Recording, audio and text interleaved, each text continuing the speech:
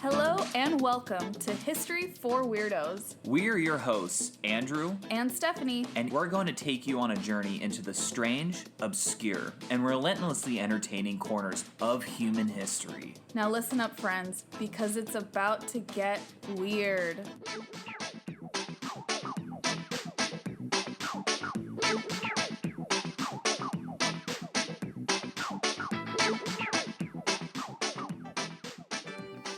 Welcome to a really special episode of History for Weirdos.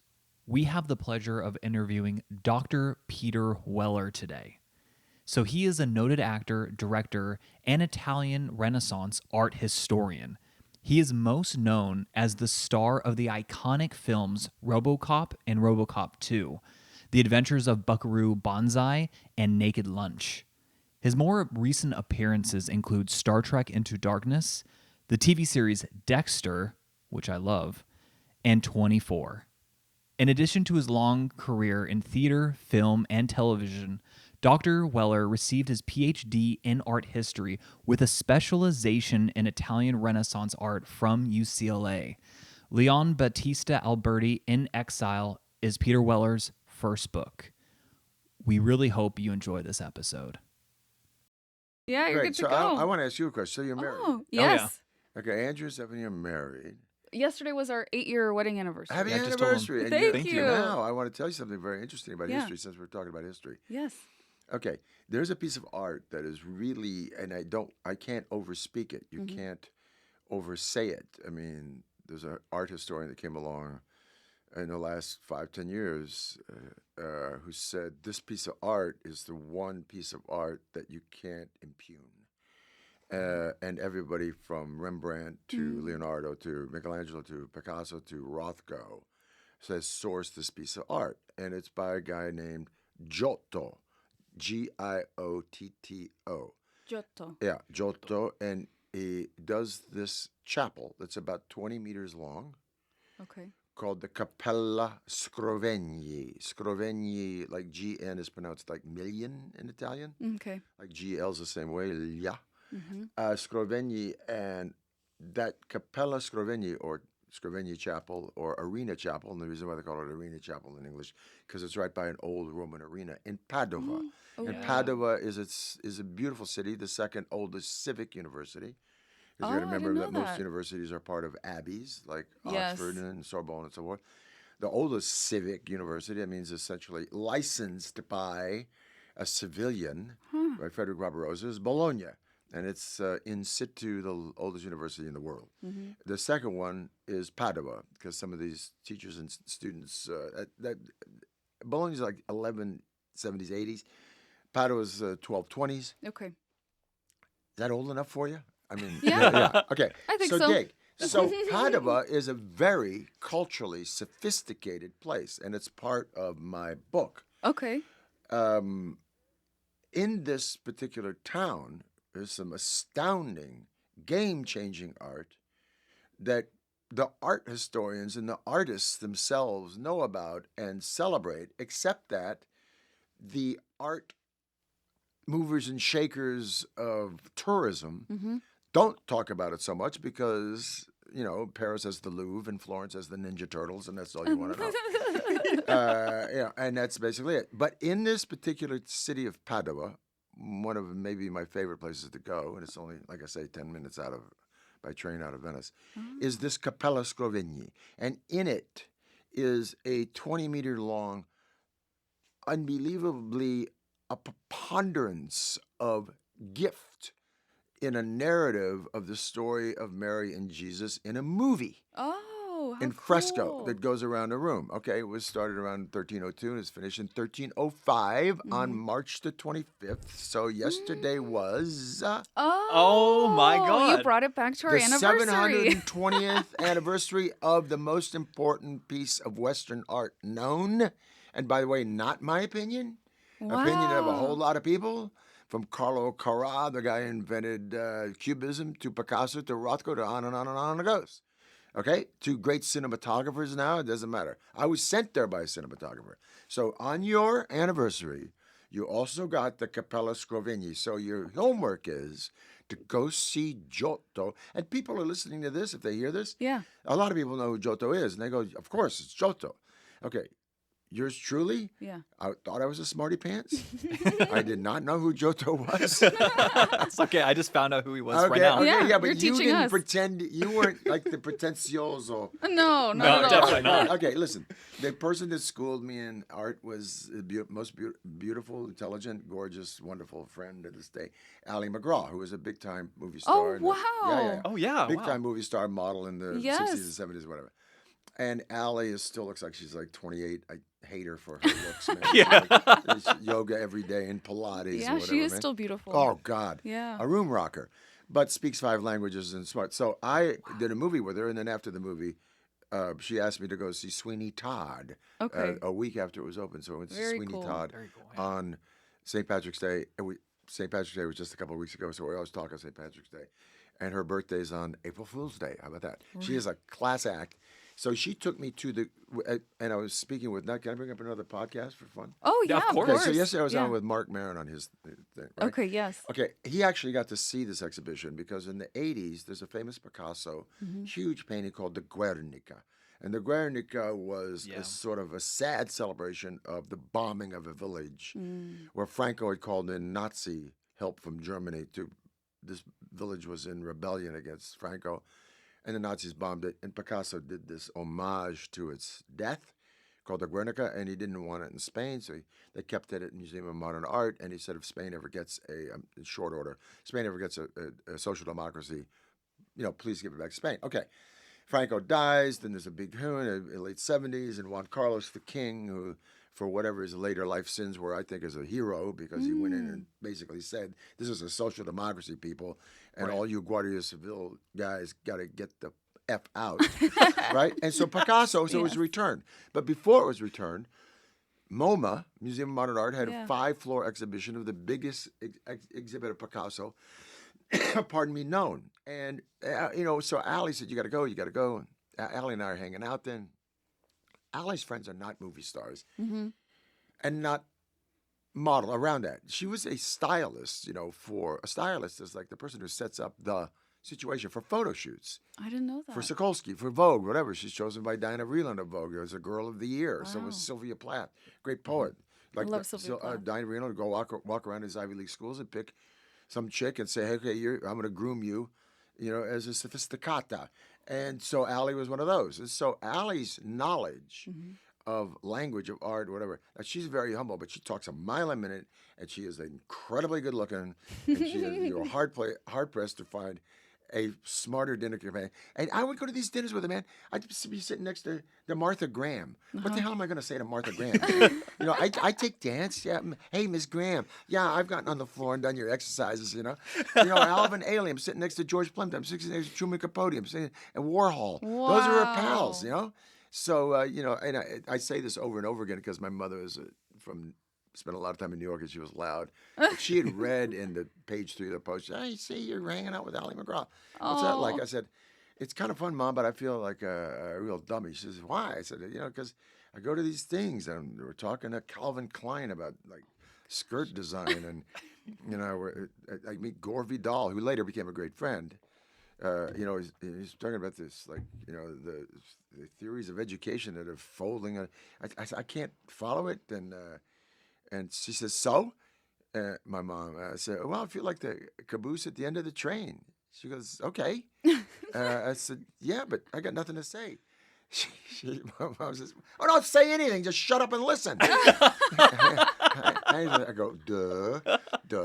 If you're with some smart people, but my thing is, my ego always wants to intersect. Of course. You were talking about his, history. I want to throw it in. Yeah. So Allie Absolutely. takes me to this Picasso thing. I don't want to go to Curly Q's and look at no, this guy's a figurative realist. Yeah. You start in the basement when he's 12 years old.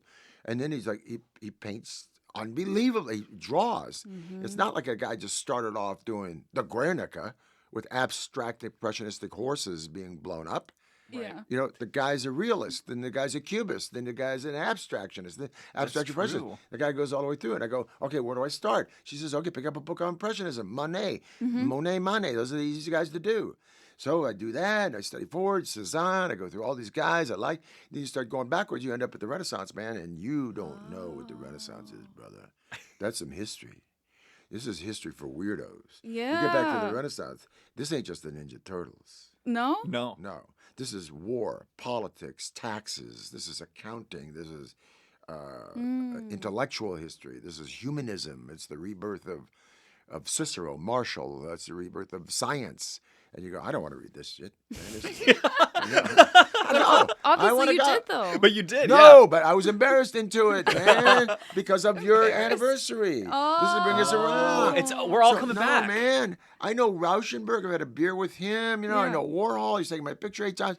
I'm greased lightning with hanging out in New York, man. Yeah. And all of a sudden, I'm at the International Film Festival of Japan with I was telling Mark this with the great Jean Moreau Wow. and Truffaut's actress and the great Mike Medavoy, producer extraordinaire, born in Shanghai, no less, and Vittorio Storaro. And I was telling several people, I got to remind people that Vittorio Storaro is, if I say films to you like The Last Emperor, Sheltering Sky, Apocalypse Now, Dick Tracy, Okay. Last Tango in Paris, the first guy to filter Mm-hmm. Technicolor. Nobody could. I was allowed to filter Technicolor because Technicolor, it was the mafia. You know, you had to do your 3-bath thing, and they checked your movie, and if they liked it, fine. If they didn't, no good. Well, they sold a lab to Rome, and Dario Argento, the great expressionist horror film, does a couple of films with Vittorio, and they're off and running. And Vittorio's a game changer with cinematography. He's a game changer with color. And he's born on my birthday, I'm happy to say. 10 Really? years. He's 10 years older than me. When is And your birthday? June 24th. Okay. Ta-da. It's But coming up. Not March 25th. Not March but, 25th. no, not that lucky. I'm not as lucky as you guys, but June 24th. And so anyway, Vittorio always wears Versace. He always wears Versace. And good taste. It's just so great that Francis Coppola, who's celebrating a big picture thing at the Academy Museum, and AFI, and is a great dude. I don't know him well, but he's such a great dude. But Coppola said that Vittorio Storaro is the only guy who could spend 2 years in the jungles of the Philippines in a white suit. Oh my Yeah, and that's how That's elegant insane. Vittorio is, man. Really? Wow. Oh, Vittorio is elegante. Oh my gosh. Yeah, and he is, an artist, a designer, a cinematographer, all sorts of stuff. So I asked him, because I'm like Mr. Pretentious, I'm at this film festival in Kyoto, and I've had Kobe beef for the Japanese. I guess people will watashi wa nihongo. And so I say, and I speak in French and some Italian. And, oh wow. well, that's because of Allie. As, Allie got me with a French teacher, and I learned Italian. And How many languages do you speak then? 5, not bad. That's I incredible. speak Japanese if I can go over there and pick it up again. And start. Yeah. But by the way, I never started until I was 40. And so everybody says, Really? I wish I learned. You know what? It's easy. And Ali gave me the thing. I'm going to digress and tell you. Okay. You take the lesson every week. Yeah. You get a kid from a school, from undergrad program at UCLA, USC, whatever, man. So you got to pay him $75 a week, or Yeah. $50 a week or whatever the heck it is, right? But you don't miss the lesson, whether Yeah. you've done the homework or not. You got to hear that language every week. That's what she said. Don't miss the lesson. And if you have to go abroad, take your little stupid book, right? And go, excusez-moi, je voudrais le verre d'eau, la, la, la, la, la. Right? Raise your hand and be. And second thing is, you got to make an ass out of yourself. You have to be willing to make an ass out of yourself. You have to That's so be true. willing to be, because Casey's got a 2-year-old, 4-year-old. You got to be the 2-year-old. Going, Mama, scusi, I want That la is la. how kids learn. Yeah, that's exactly. And that's how you learn a language. Yeah. But most adults don't want to be that idiot, right? Yeah. Now, the thing is, you go to France and do that, which I did. I go, excusez-moi, je voudrais, and the waiter would go, oh my God, man. Yes. And walk off. In Yes. Paris. Especially in Paris, yeah. Yeah, especially in Paris. And south of France, they're a little more tolerant. Yes, And west more of France. patient. But Paris, man. No. Paris has gotten better, I got to say. Oh, really? Yeah, because they had a meeting. They had to come to Jesus meeting. Really, they did. The culture administration had about the waiters, because the waiters used to be friendly. Yeah. Back in the days of Max Ernst. C'est ma vie, la rue comme le garçon de Paris.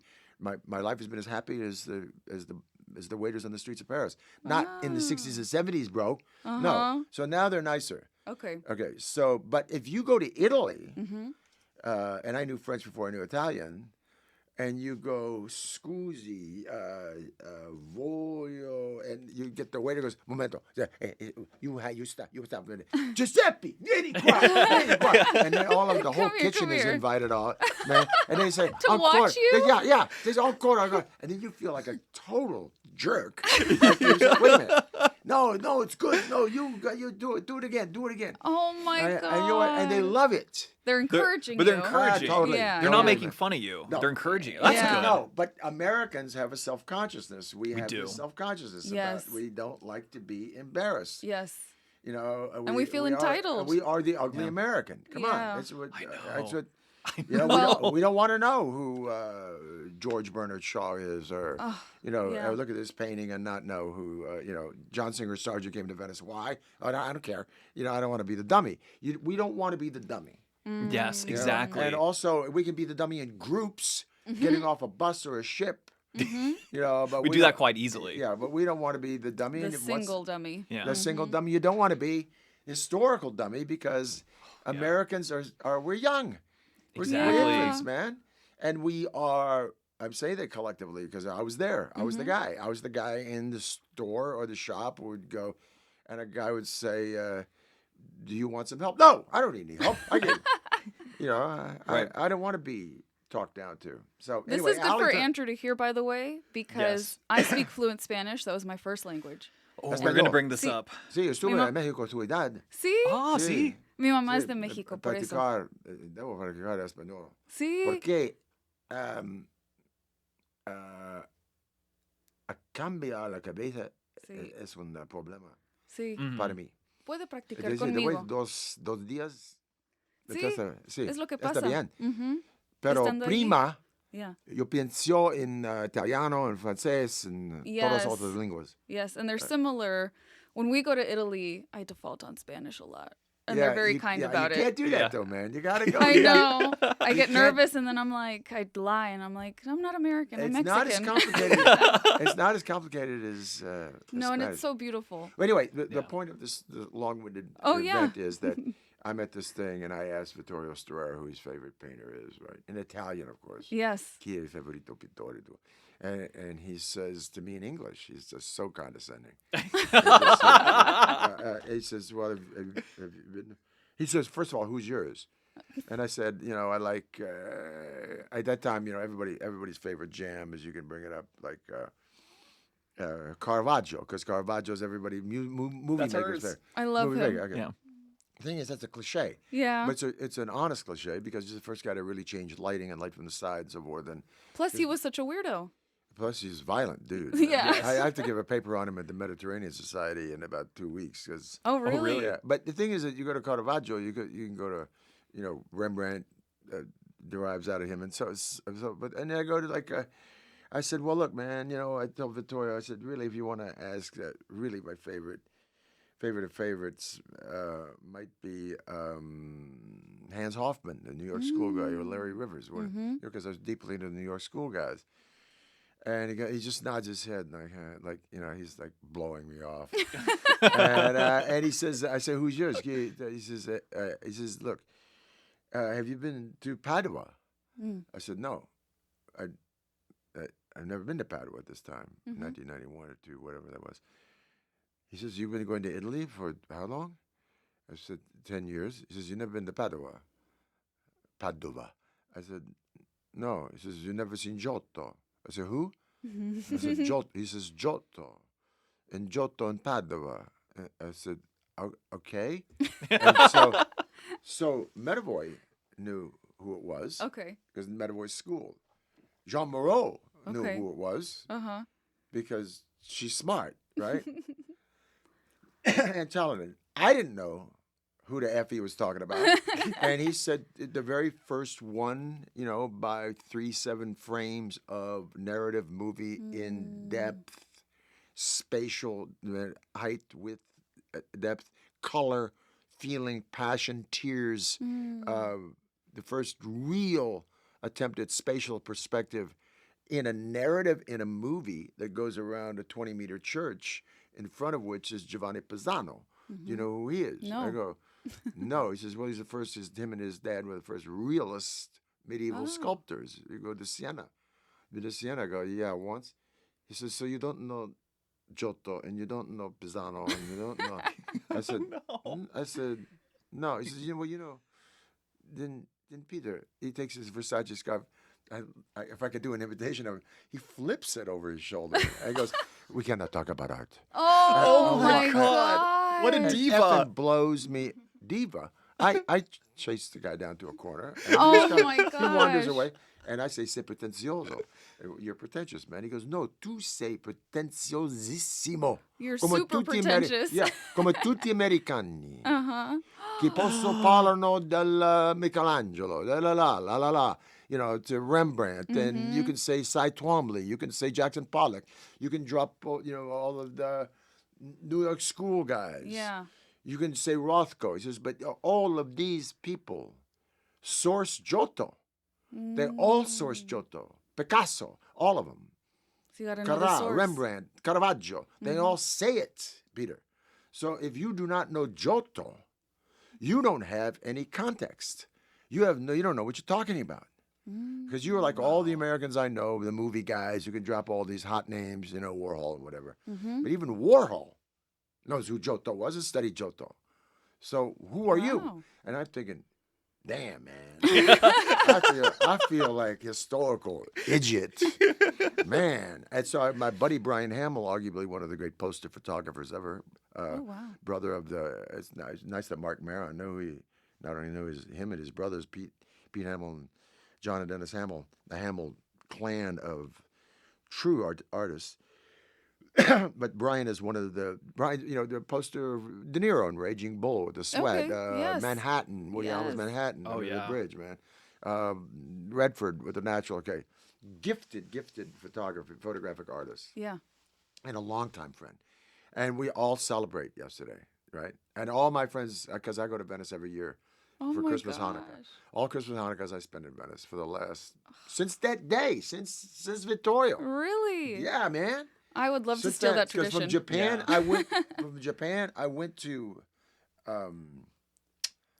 Venice, and I never looked back. And I told my mother, I said, I'm going to Venice. I'm in Venice today. I missed 2 out of the last 34 years. I missed 2 Christmases. Oh my gosh. So Brian and I, we do that. We go to Venice, and we go to Padua. We were initially not going to do it. We were going to go to St. Bart's. He broke up with a girlfriend, and I was doing a great movie, but it was a miserable time in northern Quebec. And he said, man, I don't want to go to St. Bart's. I said, well, he says, let's go someplace dreary, man. I said, yeah, Venice is horrible, man. We hate Venice. We warn people. I says, yeah, let's go there, man. Let's go there 'cause I'm feeling terrible. You're feeling terrible. Let's go to the worst place for Christmas. Yeah. And that way, there'll be no place to go but up. Yes. Now, I wrote about this in Travel Leisure. Really? Yeah, Google it, Peter Okay. Weller's Christmas in Venice. I don't hype this to you out of the hyperbole of Yeah. ego, although I do have a preponderance of attitude, as I say. Like this current administration does. I'm buried under this preponderance of attitude. But I tell you this, I say this to you, Travel Leisure, Peter Weller's Christmas in Venice, because I want you to go. I want to And go. I used to Yeah, me write for too. them, but you write articles for Cigar Aficionado, articles for Travel Leisure, whatever, write. And usually they'll edit them according to how many tourists they are applying to, or how many Okay. foodies are going to read this, how many whatever, right? And they wanted me to write that thing about your Christmas in Venice, and they said, we'll do an app, we'll follow around for the camera for a second and have a little 45-second app. I said, I don't really want to do it because I know you guys are going to edit it, and it's not going to be, my thing. They said, Authentic. okay, they promised to give us 1,500 words. We won't edit it. And I said, well, it's just going to be this experience of what happens this year. And so I highly recommend it because it does discuss me and Brian going. And Brian and I meeting in the old airport in Venice, in order to be depressed, Yes. right? Because he says there will be no place to go but up. We'll start at the bottom. Venice. Venice is like, we hate Venice. And Venice in winter is like really dreary. And it's Don't Look Now. It's Nick Rogue, with Donald Sutherland with little red girls and with Okay. knives going to kill you. Yes. It's all these horror stories and whatever, And Venice has got an evil thing to it, like New Orleans. Yeah. And they know it, Oh. but they Yeah. accept it, man. Very spooky. Something about the canals. No, but they accept it. Look. They know it, and New Orleans accepts it. Mm-hmm. They go, yeah, that's part of our jam, man. Yeah. Yeah. You know, we got voodoo here. We got the other gods here too, man. And so when Brian and I landed, we landed about 45 minutes apart. It was like 5 o'clock. It was getting dark. And it's toasty, you know, and he's coming up from Sicily, and I'm coming from Quebec, and we get in a taxi boat, and we're looking at those lights flickering through a magenta sunset, Mm. you know, because it's the air from the cool air hits the sea, and it's like this gauze. And that turns that sun into, like, instead of orange, it turns it into like this magenta gold. It's bizarre. Mm-hmm. And all the great paintings are painted in winter in Venice because of that sun, Yeah. because of that filter of the dispensing air, right? Okay. And we're looking at that, and the lights flickering, you know, in the bell towers. And I never forget Brian with his Brooklyn Irish thuggery. He's turning to me, he says, Peter, I think this is going to be really good. Mm-hmm. And man, it was 10 days of heaven. Really? We walked Venice soup to nuts, man. We discovered Venice just like we got up at 7 every day, walked it one way, walked the other, walked it one way, walked the other for 10 days. And you know something? I turned to him at the end of it. We're going up to Paris for New Year's. I said, Brian, I'm spending every Christmas here, man. This is the most freeing, inviting, historical, weird, Yeah. and inspiring place ever. Oh, And we wow. went to Padua Uh-huh. to see what Vittorio. And those days you could smoke a cigar and walk in with a cappuccino. We go, what are we going to see here? And Brian, you know, he's a photographer. And I'm a movie guy. Mm-hmm. And we walk in the front door, and nowadays it's hermetically sealed. It's been restored. You got 15 minutes. That's it. But this is something that Da Vinci talks about. These are frescoes that Michelangelo sources. This is like, you know, it's true that everybody has sourced them. Vittorio Storaro is correct. There's not a painter of the Western world that hasn't gone to there. And this critic that came out about 5 years ago and said, Giotto in the Cappella Scriveni is the one event of Western art that you can't impugn. You cannot even criticize it. You can't even go there with, well, you know, as far as texture, or one of these hoity-toity pretentious pieces of bullshit that people gauge art now. Because that is a jump-off place. That's Neil Armstrong going to the moon. Yeah. You're going to criticize that? You're going to, well, you know, if could I have was done Neil this. Armstrong, you know what I would have said. No, Yeah. you know, but that's what art critics do, and art, you know, enthusiasts true. and whatever. That's not for me, you know, and I know what I like. But the quote Ernst Gombrich, you don't know what you like. You like what you know. And you, first of all, you got to admit naivete. And second of all, you got to have somebody take you by the hand and walk you through What you're looking at. History for Weirdos. Yes. And you know, if you don't have somebody walking you through History for Weirdos, it's always going to be weird. Yes. But thing is, if somebody walks you through and goes, look, see this here before? They're trying, see this fresco here from ancient Rome? Yeah. They had it down. It's lost. They're trying here in the Middle Ages. They can't do it. Okay, how come this guy can't? Okay, maybe because he's studying with this amazing mosaic guy, Pietro Cavallini, that we can see in Rome, who invents depth with pieces of glass. Depth with pieces of glass is Cavallini. Maybe it's because he's studying with him. It sure as hell isn't because he's like, you know, studying with anybody. There's something comes off the chip, and all of a sudden you walk into the Cappella Scriveni, you go, holy cow. And Brian and I went, we got to call Vittorio Storaro and thank this guy. And then I've thanked everybody since then, man. I've thanked everybody, you know, cinematographers. I mean, Brian was working with, and I just worked with Carlo De Palma, who was Antonioni's guy, and then he was with Woody Allen. And Okay. we just done Mighty Aphrodite. And Carlo De Palma, another guy says, oh, man, Giotto and the Cappella Scriveni, I mean, you guys never went there? I mean, you can't look at the Sistine Chapel without going there. So enough being made fun of. That's your anniversary. Yeah. Yeah, I mean, that's a your great- anniversary. We need to go next year. You need to got go, to yeah. go, and you got to. By the way, you got to book it in advance Yeah. Probably. online, and you got to stand outside. And by the way, get a little book on it.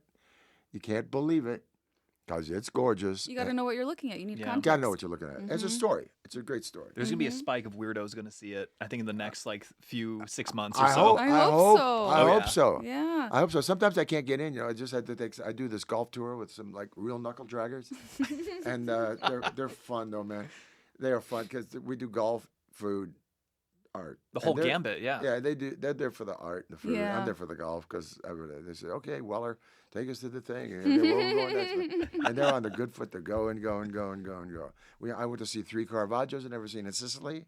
Oh, I actually went there to play wow. golf. They wanted to see the 3 Caravaggios, and I think, oh my God, I'm thanks someone with these guys Mm-hmm. because the St. Lucian Syracuse is a Caravaggio. Never saw it, man. Oof, killer. So Is Giotto then what brought you into Renaissance art No. specifically? No. No, the okay. embarrassment of Storaro. Okay. You could say that the embarrassment of Storaro Uh-huh.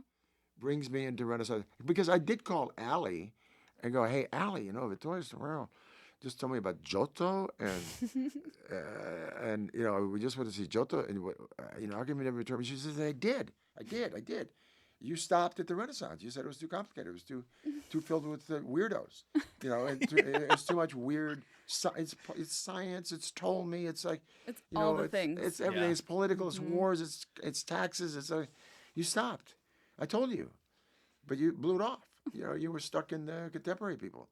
So I said, okay. So if you want to say that's what took me into it, yeah, that's what took me into it. Giotto. I start with the beginning. By the way, the book Leon Battista Alberti. Now dig this. On that note, let me hype this book for a second. Yeah, Of course. please. Okay, I get into the Renaissance, Mhm. and you get into the Renaissance, and you go to academia. You talk about history for weirdos, man. You know, academia is weirdos. That's Oh, very true. that's so true. Let's go back a originals. second because you can hear like there's a great scene I directed in a wonderful scene in Hawaii 5-0, right? Okay. And the nerd guy is interviewing an assistant nerd guy, and he's saying, "Look, let me get this correct. You got a problem with the moonshot." And the nerd guy, my guy, says, "What's your problem?" And he says, "Well, it's really difficult." He says, "Why don't you explain it to me? Because I'm weird, so you can explain, you know, a weird thing to a weirdo." Mm-hmm. Let me guess. He says, "You don't think that Neil Armstrong ever really set foot on the moon, right?" Right? And the guy responds, "No, that's not my problem." "Oh, what is your problem?" He said, "There is no moon." What? Oh, yeah. And that's a scene I directed, man, and it's one of the most beautiful scenes I ever. love Because that. these guys totally underplay it. Mm-hmm. They don't go, "Hey," they just kind of talk like, you know, there is no moon. Oh, really? And that's the history for weirdos. Yes. So, anyway, you guys got to go on your. I don't know where I was going with that, but that's I love okay. it. Well, how did you find Leon Battista Alberti? Yeah. on the moon. No. I'm doing this art, and there's a great guy named Walter Liedtke who's passed away. He was in the train wreck going to Scarsdale in New York, but he's one of the heads of European paintings with Keith Christensen and Andrew Bayer at the Met. So some friends, Maria Connelly of the Fashion Institute, and later on the American Folk Museum, I met these friends in Italy. One of the things, I'm doing a movie for Dino De Laurentiis in 1987, 88. And I don't know anything. This is before I even know about Giotto. Okay. And Maria, I pay her at the American Academy, I meet her, to take me to Florence, to walk me around these Jesus paintings, man. And by the time we're done, she's smart, but I have no interest in him, man. I have no interest in Jesus, Moses throwing manna from the sky. Who cares? So that's when Giotto comes up. 4 years later, I got to go back. So I call up Maria Connelly and say, "Hey, I'm sorry, but you know, would you turn me on?" I'm kind of back into it. And then she takes me to the Met, and I meet Walter Liedtke and so forth. And I go, "Look, we're going to do a deep dive on this." And they said, "Go to Syracuse. Take a 10-week course." They have a beautiful 10-week course. They have more investment programs abroad than anybody else. I said, "Okay." So I take it with a great guy who's a mentor to me, Gary Radke. And you go around Italy, pardon me, and I'm with 12, 19-year-olds. I'm 53, man, and we're 12, 19-year-olds. That's and a they're big- fun. One boy and the rest girls. Okay. Okay. And they're fun, man. Yeah, They're I'm so much fun sure. because I'm sure, about a third of them are there to spend the old man's Amex, and about a third of them are there to look at the art. Mm-hmm. But they're just fun. They're not going to be as ruthless as the people I am going to study with. Well, 4 23-year-old girls. Because what happens out of that is Radke invites me to do this very special program at Syracuse in Florence. We basically do the whole thing in Florence. Wow. You do a semester in Syracuse, then you go and you do a year in Florence. And you got to teach, you got to be a TA, you got to be in front of the art, you got to write, you got to do calligraphy, you got to study the documents, you know, my and you got to gosh. do German, English, Italian, because essentially what we got to remember, one of the great anomalies about Renaissance art, it's Catholic art. It's Catholic, and indeed there's some Old Testament or Tanakh, which is the Jewish Bible iconography, but it's essentially Catholic art. The people who revive it, because it's considered naive in the 20th century. This is the reason why I didn't want to go back to it. Because in the 20th century, you got Cezanne and edging, and you got Cubism, and you got Juan Gris, and you got these guys who are like flying Klimt and flying off the wall, right? Yeah. So this Catholic biblical art is naive stuff. So the people that reinvented it, the people go back to the docs and start going, wow, this is the first time everybody took documents of this thing, talking about weird history, are Jews. The great Jewish scholars of the turn of the century in the cafe society centers, intellectual centers of the world. I'm talking about, you know, Warsaw, I'm talking about Prague, I'm talking about Krakow, Vienna, Budapest, Berlin. This is the explosion of intelligence coming. You know, this is, and then of course, you know, the Weimar Republic falls and fascism takes over and everybody runs. But these scholars, I'm not talking about one or two. It doesn't matter whether it's Panofsky, Steinberg, Wittkover, Krautheimer, on and on they go. And they go to England and they go to NYU, has a large Jewish endowment. But those are the scholars that resurrect Renaissance art. Wow. And somebody's going to do a dissertation on that. You know, that the salvation of, and there's a whole lot of like gentrified Christians out there going, that's not true. Yes, it is true.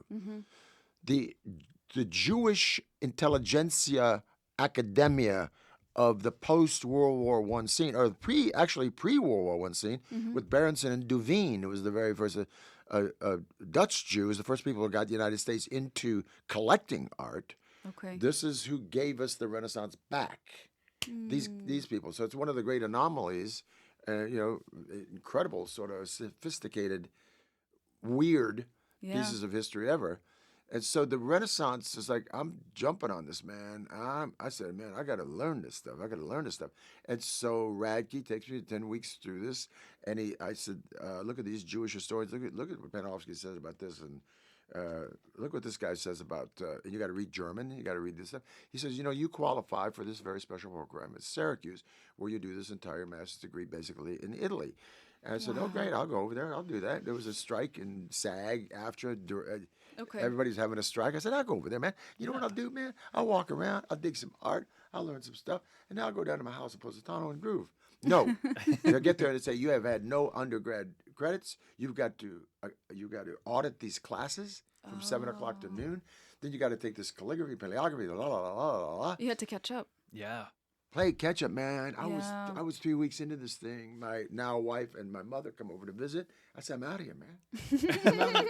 This is too much shit. I'm a late guy. I want a Ferrari. What the fuck am I doing this for, man? Yes. Yeah. Why am I walking to school Why am I walking? and listening to academics drone on? Man, I have to take a fresco class. Elliot was one of the greatest restorers in the world, who became a buddy. I have to learn how to do fresco. I don't want to learn that. I have to learn how to do egg tempera. I don't want to learn that. I have to stand on scaffolds and look at paint restoration. What the hell is this shit? Okay, my mother yells at me again, says, look, you don't quit nothing. We're standing on the Ponte Vecchio. She says, you don't quit nothing. You never quit. The Wellers don't quit. This is tenacity, baby. You stay. So it's funny, you know, I'm 51 years old, listening to a 79-year-old mom. Amazing. Yeah, I mean, I really She kept you gotta- grounded, though. Yeah. My mom kept me grounded for. Listen, my mom said to me, I hadn't seen her in 2 years. She comes to Venice to join us in Venice, and He walks off a plane and I say, Mom. She goes, what's with your hair?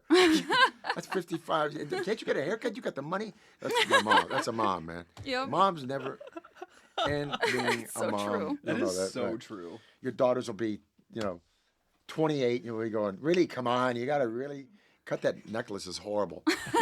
So and that's what I did. I stayed with it. And then I found my jam, which is essentially violent images of Franciscanism. St. Francis was the first person to reinvent. Also, Giotto is a big Franciscan artist. And St. Francis, I'll tell you the side story of History for Weirdos. Yeah. The idea of Christ, right, in the Middle Ages was one of a savior who was a godhead, savior of the world, or going to live forever. And the images of Christ on a cross, which come to us from Greece, essentially, are what we call it's images of Christ living. Okay. Mm-hmm. The Franciscans, because St. Francis is never a priest, but he preaches, he's a tent revivalist. And he realized a rich boy in short order, in the 1219, there's a war going on with Perugia. And he says, these people ain't got that. 1209, actually. These people are lost, man. All they're hearing is like, Christ is going to win and we ain't. Mm-hmm. And somebody got to teach him this human story of Jesus. And that's what he does. He walks around talking about the human story of Jesus. Walk the walk of suffering and understanding everybody else's suffering and helping. Look, man. It's like a Zen dude, man. Yeah. And he's Very never a much priest, so. never does a mass, never whatever. But, within a short amount of time, he's got a lot of people following. I follow the guy. Yeah. If I'm hearing bullshit from a pulpit going, you're shamed and you're blamed and you're going to go to hell, and that guy walks along and says, you know what, you don't have to listen to that, man. Just be kind to the guy in front of you. Yeah. Help the people, brother, sun, sister, moon, treat earth like it's heaven. He's the saint of peace. He's the saint of ecosystems, man. Animals. Animals, yeah. all of it, man. We love St. Francis. I know you. Yeah. How can you go wrong? Look, Yeah. it's not BS about Francis. The guy was that. The guy preached compassion, walking the human walk. Okay, this is not crazy, but by 1217, when he's given a permit, an order, by Innocent III, who's one of the toughest popes around, because he's got a champion where he comes from in Umbria. It's like 250,000 people following this guy, man. Wow. I didn't And realize that. by the time he dies, man, there's 500,000 people in Europe, man. I'm talking about from Egypt to Israel. Wow. That's wild. And so when I was doing a PhD historiography class about art, a guy named Jeffrey Simcox, great guy, Oxford, taught UCLA, looks like Robert Redford, and he's doing a historiography, which is the history of history, and I bring up Franciscanism, and I go, the transformation of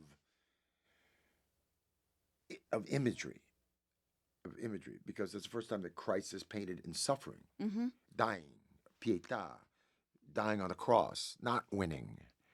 You understand private images of devotion. Christ in pain, people in pain. You understand that. You're supposed to understand it because it's not necessarily just you, the penitent, going, forgive me, but it's you identifying with world suffering so that you might go out and heal it. This sounds like hoity-toity, touchy-feely nonsense of the 21st century. This is what this guy was preaching. Yeah. Yeah. And by the way, you helped the guy, you helped the person in front of you with kindness. This is Buddhist, man. Yes. This is very original similar. Vajrayana Buddhism. Handle what's in front of you with kindness. The world will handle itself. So I bring this up with Simcox's class. I say, like the biggest transformation of perhaps spirituality in the Western world, Franciscanism, and this woman down the way who's an intellectual historian, she says, wait a minute. The biggest transformation? Are you kidding me? The biggest transformation, Weller? That's a little bit over the top. And thank God Simcox steps forward because he is an intellectual historian as well as an image historian. And he goes, hang on. He's right. There has been nothing that has hit the Western world spirituality movement like Franciscanism. And they all stop and go, what? And you can see it in the imagery. Look, St. Francis brings us the action movie. For How crying out so? loud, man. Because people are in pain and they're twisted and they're in contortion and there's torsion and they're like screaming or yelling or whatever. You understand Yeah. this? Yeah. They're This- suffering. This changes also. There's a place in Pergamum In ancient Greece, it does the same thing. Franciscan's the reinvention of it. There's ethos in the original classical age of Greece. The perfect Belvedere Apollo is standing with a perfect proportion. The Venus de Milo, the perfect nude. Yeah. You can divide it into squares and go, right. Okay, when's the first time you see somebody throwing lightning bolts through the sky? Or somebody ducking arrows? Or somebody twisting on a crucifix? That's St. Francis, man. That's all Franciscan art. That's all. That's so so that cool to becomes my think jam. about. And that's what I do at Syracuse. And I must say, I was with 5 women, 2 of them remained friends. But they all resented me. Why? Wait, Because why? I didn't have an undergrad degree. Oh. Because You it was didn't do like the traditional because I was a path. weirdo. Yeah. Yeah, you were. Yeah, I was a total weirdo. Yeah, I didn't go to Rutgers, Harvard, Yale, UPenn, Michigan, Johns Hopkins, any of these like snotty places. Right. I went to North Texas and played jazz, man. That's not Yeah. art history. Did you have any classes in Michelangelo? No, I didn't. But I came in through the back door, and essentially thanks to Gary Radke and Ally McGraw and Walter Leadgame, Rick Cannelli, and a lot of other people in Vittorio, et cetera, and Rab Hatfield, who mentored me there, I learned some stuff and went on to get the master's degree and then applied for a PhD at UCLA and NYU. Got accepted to both, and because I had a kid, Mm-hmm. stayed at UCLA and got a PhD and became a real smarty pants. So Wow. I get to say doctor. Yeah, that ain't honorary because people meet actors. Yeah. Yeah. The doctor. Look, I got my PhD. I was hooded. 2 weeks later, I'm on a golf course, and there's a guy there. He's like an investment broker, Yeah. billionaire dude. Oh my He says, god. "What'd you get your honorary degree in?" You're like, it's not honorary. And I'm brother. standing there with a golf club, about to wrap it around his head. It was like 10 years of my life. I was about to say it And takes thank at God least my friend 7. Brian Wozniak, who was my first friend Oh. and student, with all, he's a great guy. He intercedes in my place, and he goes, "Hey, Joe, that's not honorary. He's the real deal. Renaissance Italian art history." He calls this guy out. He goes, "What? Renaissance Italian?" Thank God I had a speaker there. Yeah.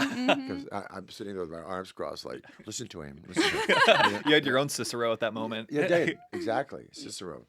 Yeah, speaking of Cicero, we could talk for him forever, man. Oh, My- yeah. All my day. favorite guy. So, what do you want to ask me? Well, first thing that comes to mind, speaking of the Renaissance, you're very much so a Renaissance man. Yes. My wife says that, but then again, she loves me. I think.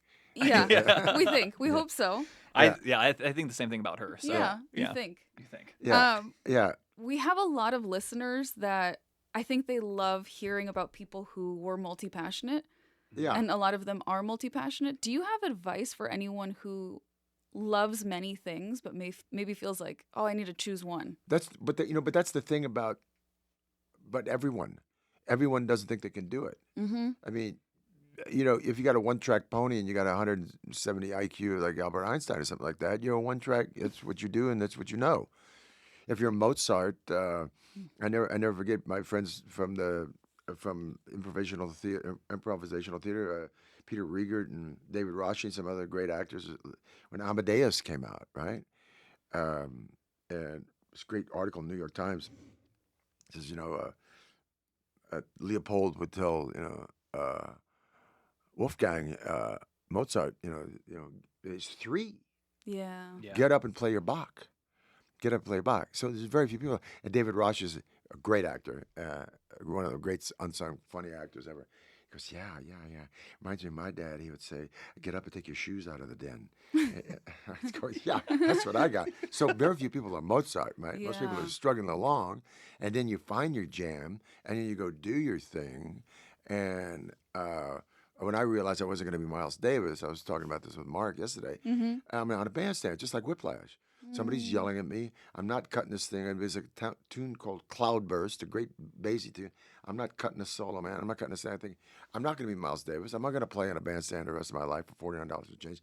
I got to find something. I stay out of Vietnam, but I thank God I go back to jazz. Uh-huh. But at that time, I'm a jazz guy Yeah. who's going, I can't do it, man. I'm not going to be the greats I went to school with, Bones Malone or Lou Marini or Dean Parks or all these. These are savants, by the way, who played in every record you hear. Mm-hmm. Yeah. Bruce Fowler. These are guys names you don't know, but Lou Marini was on the SNL forever and ever. Okay. But those are the guys who are like the top when I'm going to school, and I'm not going to be them. Mm-hmm. So I'm that guy who's figuring out what to do. I'm not multifaceted, passionate. Mm-hmm. I'm looking for something to keep me out of Vietnam. Because my dad's back in Vietnam, my brother's back in Vietnam, and they're looking for my ass to go. Like, and no, thank you. what am I going to do? Okay, the only thing I know how to do, I've done it for fun, is act. I've done it for fun. A great guy named Bob Yanni, who was the boy genius of Walt Disney, one of the guys who started the Mouseketeers and started Orlando and started Disneyland. Robert Yanni, like a P.T. Barnum for Disney, was drafted on a stage. He heard me sing once and put me on a stage. But I was doing it for kicks, man. I didn't know. I wasn't going to sing. I wasn't going to act. But now I need something. Yeah. Because I'm not going to Da Nang. I'm sorry. Mm-hmm. Despite the fact my brother and my father over there, I'm against this war. This war is nonsense, man. Mm-hmm. So what do? Okay, I'm going to act. So I changed my major to theater and English. So I'm finding my way along. Mm-hmm. And then I'm acting for kicks, but I don't know what I'm going to do. And then I never forget, I was watching my professor, Dr. Stanley Hamilton, a couple guys on stage, talking about what acting is. And then I said, you know what? That's what I'm going to do. I'm going to go to New York. I'm going to act. This is all I got. This is all I got. And I hitched a ride down to visit my dad, who was now in law school. And this cat picked me up and said, what do you do? I said, I'm an actor. He goes, oh, great. I said, I couldn't believe it came out of my mouth. And then I told my mother, I got applied for a scholarship to an acting school, which was totally denigrated by my mom, who I thought, because she's the artistic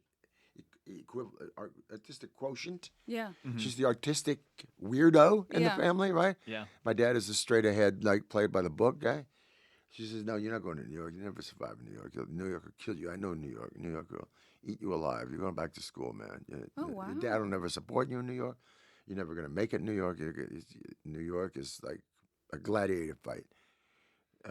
And so I go, shit. So I go to my dad. My dad's in his chambers, and I'm going to go to New York, man. I don't care if I have to take a loan. Yeah. I'm going. I got accepted to this acting school.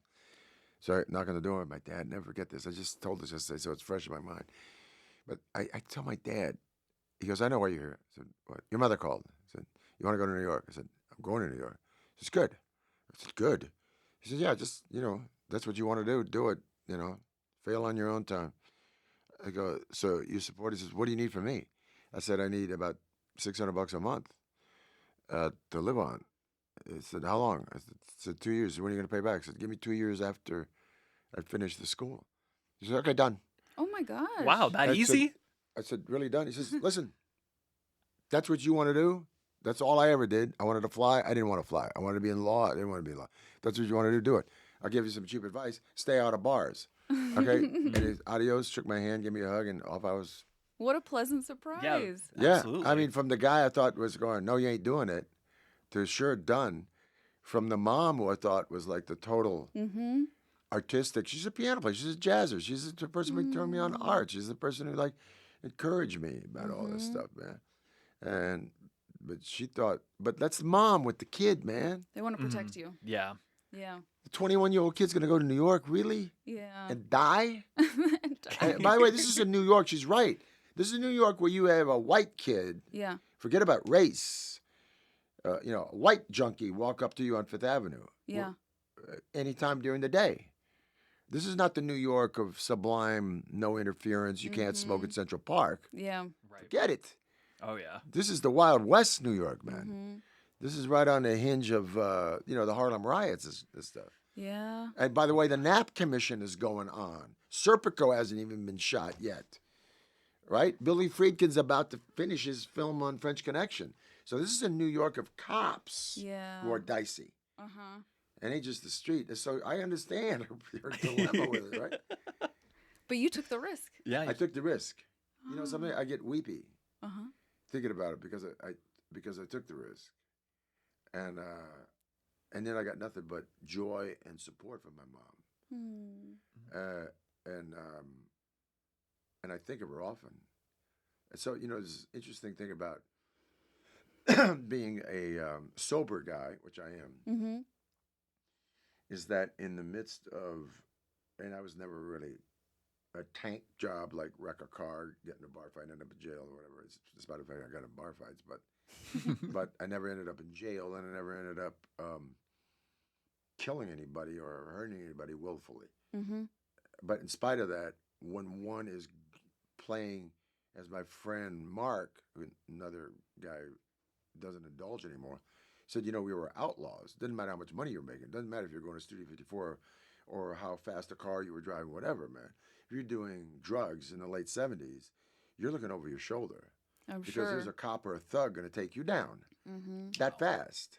So he said, you ever think about that? And about 2 years ago, I thought, yeah, man, we thought we were impervious. Why? Because we're white guys of money. Mm-hmm. Oh, yeah. And surely they're not going to mess with us. Oh, yeah, they are. Mm-hmm. And the lunacy of that, and thank God, a spiritual identity or something rang my bell. And I got out of that. But the product of quitting that stuff, so one of the great fallouts of it is, as much as one, and the child is the father to the man, Mm-hmm. and I've got this great, beautiful, and fantastic, intelligent academic friend who's the head of a department, who still got this bump with her mom. Mm. And the mom was one of those hands-on, and she will not go make it up with the mom. Mm-hmm. Okay, she's 45. How much time do you think you've got Mm-hmm. to make it up with the mom? And the thing is that I realized that what sobriety gave me is that the child is the father to the man. Mm-hmm. We just sit there and expect your parents to come to you and say, once in a while that happens. Once in a while a parent comes and says, excuse me, for paddling you when you were 2 or something like that. Yeah. Now parents don't touch a kid. Or falsely blaming you for whatever, or like sending you home too early, whatever the sin is, once in a while a parent will do it. But most times the parents are excoriating themselves for screwing up. Mm. That's what most parents are doing. And my dad did it with my brother, and my dad thought he'd screwed up with me. And, I'm in the backyard, I'm shooting RoboCop. My dad's a federal judge, a made guy, and we're cleaning the slate. And my dad was like running down some strange stuff that I thought I was going to hold him accountable for. Mm-hmm. And he was actually thinking that I was accountable for a lot of it, and I was. Mm. And he said, I'd like to say that it was my responsibility for throwing a motorcycle off a bridge and, and getting busted, for drinking beer on the economy and stealing, la, la, la, la, la, and, breaking somebody's nose in a basketball fight. So, did any of this ring a bell to you? And I go like, wait a minute, did I do that? He goes, yeah. Yeah. And I'm always thinking, like, what did I do wrong? Yeah. And I go, my God, man. But he was willing to talk to you about it? Yeah, because I pulled his chain Mm-hmm. on it. I just written him a letter using the I word. I'd certainly like to talk to you about this. Were you having a bad time? Were you whatever? But the child, I had to go to him. The child's got to go. The child's got to go up to the parent and go, hey, can you talk to me about this?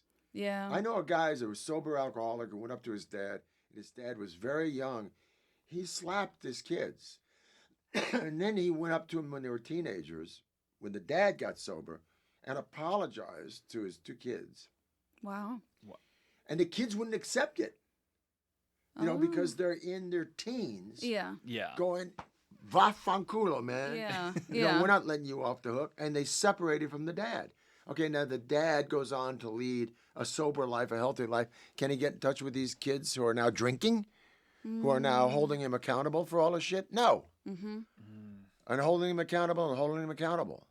And so the dad has to go on his way and go, okay, I made my amends to the man, when they were 17 and 18, but they ain't going to let me off the hook. Mm-hmm. And then, thank God, one of them, by the time he turns like 48, goes, he's now sober. He goes, I forgot it. My dad actually fucking apologized to me. Yeah. Yeah. And that's huge. Huge. That's and giant. I never let him off the hook. Yeah. And then he goes and asks his dad. This makes me weepy, man. And he's told me about it. He goes, asks his dad forgiveness for holding his dad accountable for the accountability. Mm-hmm. and that's maybe the thing that sobriety has given me the most, is an objectivity. Look, my speaking of history for weirdos, maybe the weirdest history that anyone can walk through is their own. Oh, yeah. Oh, we're love clipping that. that for for social media. That's perfect. Yeah, because I can talk about Cicero forever. Because Absolutely. Cicero, Who can? but the great ego trip of Cicero, the great arc of him, like stepping in his own crap. Mm-hmm. I mean, starting off as a voice for the people, and then winning with the hubris of fame and fortune, Yeah. and unbelievable stuff, and then people telling him to shut up about Mark Antony. No, man. The guy I went after his dad. I'm going to go after him. Big Can you mistake. Shut up. Yeah. Can you just shut up? No. He's going to go down, and he, all of a sudden he gets a phone call. Hey, guess what? Mark Antony made a deal with Octavian, and they're both coming into Rome looking for your ass. So you're talking about hubris. Yeah. So you can walk through that history of a guy who cannot shut up. Yeah. And that's his problem. Yeah. I've read the letters between Caesar and Cicero. They It's unbelievable. Oh yeah. Absolutely. And then you got the guy. Then you got us walking through your own history, which is about as weird as it gets. Yeah. And the best thing I could do is like sort of go to mom in my mind and dad in my mind and say, love you, forgive you. Yeah. Please forgive me for being an idiot. Mm-hmm. Forgiveness isn't easy. No, it isn't. It's not. Especially when your dad calls you out and you think it's all your dad. Mm-hmm. And your dad, hey, does this ring a bell with your weirdness, your own fucking hysterical weird history? And you go, oh, really? Yeah, it's pretty weird. Yeah, my history with you is pretty weird, Dad. Thanks. It's so funny that we ended up here because I don't know if you know this, but my actual day job is a therapist. What? Yeah. Yeah, she's a psychotherapist. So that we, Oh of my course, we ended gosh, up I talking should about shut up then. parents. No, keep please. going. I love You're a it. psychotherapist. Yes. Of yeah. what intelligence group or what gender or what? My background is licensed clinical social worker. I'm a psychotherapist. I do a lot of trauma therapy when we're not recording the history podcast. Yeah. Trauma therapy, man. Yeah. So a Like lot physi- of mom like and dad physi- stuff. Like physical trauma therapy. No emotional trauma. I work with a lot of women with childhood trauma, actually. And before that, she worked at the VA and was working with veterans. The VA here in Brentwood. Yeah. That's tough, man. Mm-hmm. My brother was sadly a victim of that. Mm-hmm. Oh, yeah. The Vietnam veterans had it really rough. Well, my brother was a member of Mensa and a genius and a Phi Beta Kappa and the 5 books in a week and way ahead of his jam, man. Yeah. And he did tours as a LRP, which is Long Range Reconnaissance Patrol at night, 4 guys, carry your own gun and do your own deal. And he went through many, many jobs when he got out. Agent Orange victim, all that stuff. Yeah. But the thing is, he never sought that. He was too smart. Mm. Too smart for therapy, too smart for sobriety. That's tough. Too smart for God, too smart for, and that runs in the family, by the way, with certain people. Intellectualizing things?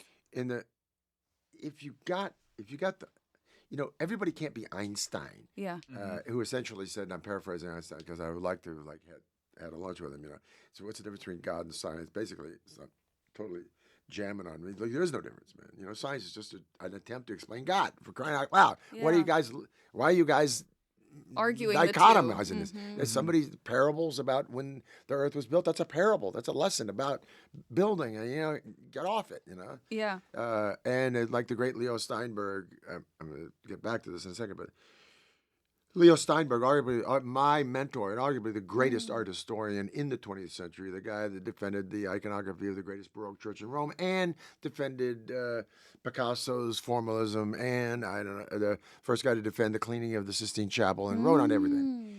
And I couldn't meet him. It's like meeting Marlon Brando. Finally, I met him, right? and finally, I sat down because he smoked cigars. I smoked cigars. We'd go to the Grand Event in New York. I pumped this guy. I threw dinners for him. Leo Steinberg. His father was Trotsky's secretary. Oh, my God. And he escaped Stalinist Russia and went to Germany, changed his name, and then had to escape Germany Wow. because of the fall of the Weimar Republic and the rise of the Nazis and fascism. And he said his father was a rabbi. And I ask him about, like, okay, in psychology or in art history or in anything, uh, like Einstein trying to rationalize or tell people who are a lot dumber than him, Mhm. the intersection of science and God, and that the books about God are just, parables and attempts to explain, they're stories, they're life Yeah. stories about, right? And how do you rationalize that with, your rabbinical background, your dad's, and talking about art? You don't meet many religious people talking about art. Yeah. And he said this thing that seared me, which a lot of people are going to like throw stones about. But he says, we got into Einstein, and he basically was saying, yeah, Einstein had a great point about the parables of books. Mhm. And he said, listen, my father would probably roll in his grave because he was a rabbi. He says, but I have to say this, that the heralding, and I'm paraphrasing what Leo said, Mhm. the heralding of any book is a violation of the first commandment. Yeah, that makes sense. Look, I am the Lord thy God. Mhm. Thou shalt have no other gods before me. And that includes books, man, Yeah. or images, or anything, or sacrosanct objects, Yeah. or whatever. And the book is not the God. Mhm. Yeah. And I said, oh, Leo, how many Jews and Christians have you said that there? He goes, Peter, not many. Because it angers them, because they That's want so to make interesting. Yeah. the book. He says there is no holy book. Yeah, because I The- mean that makes so much sense. I wonder. The book is only the writing of the. So the next thing I do, I'm at UCLA at the time. By the way, the only reason why he called me is because he heard from the Met and all the hoity-toity people at the Met, because he goes into the Met. And said, "Oh yeah, Leo Steinberg comes in. This is the Metropolitan Museum in New York. You understand? This is one of the apexes of sophistication of art, Yeah. from Phoenician chariots all the way to whatever, to Vermeer." And Leo says, "Oh yeah, yeah. Leo will come in once in a while and he'll hold forth on someone."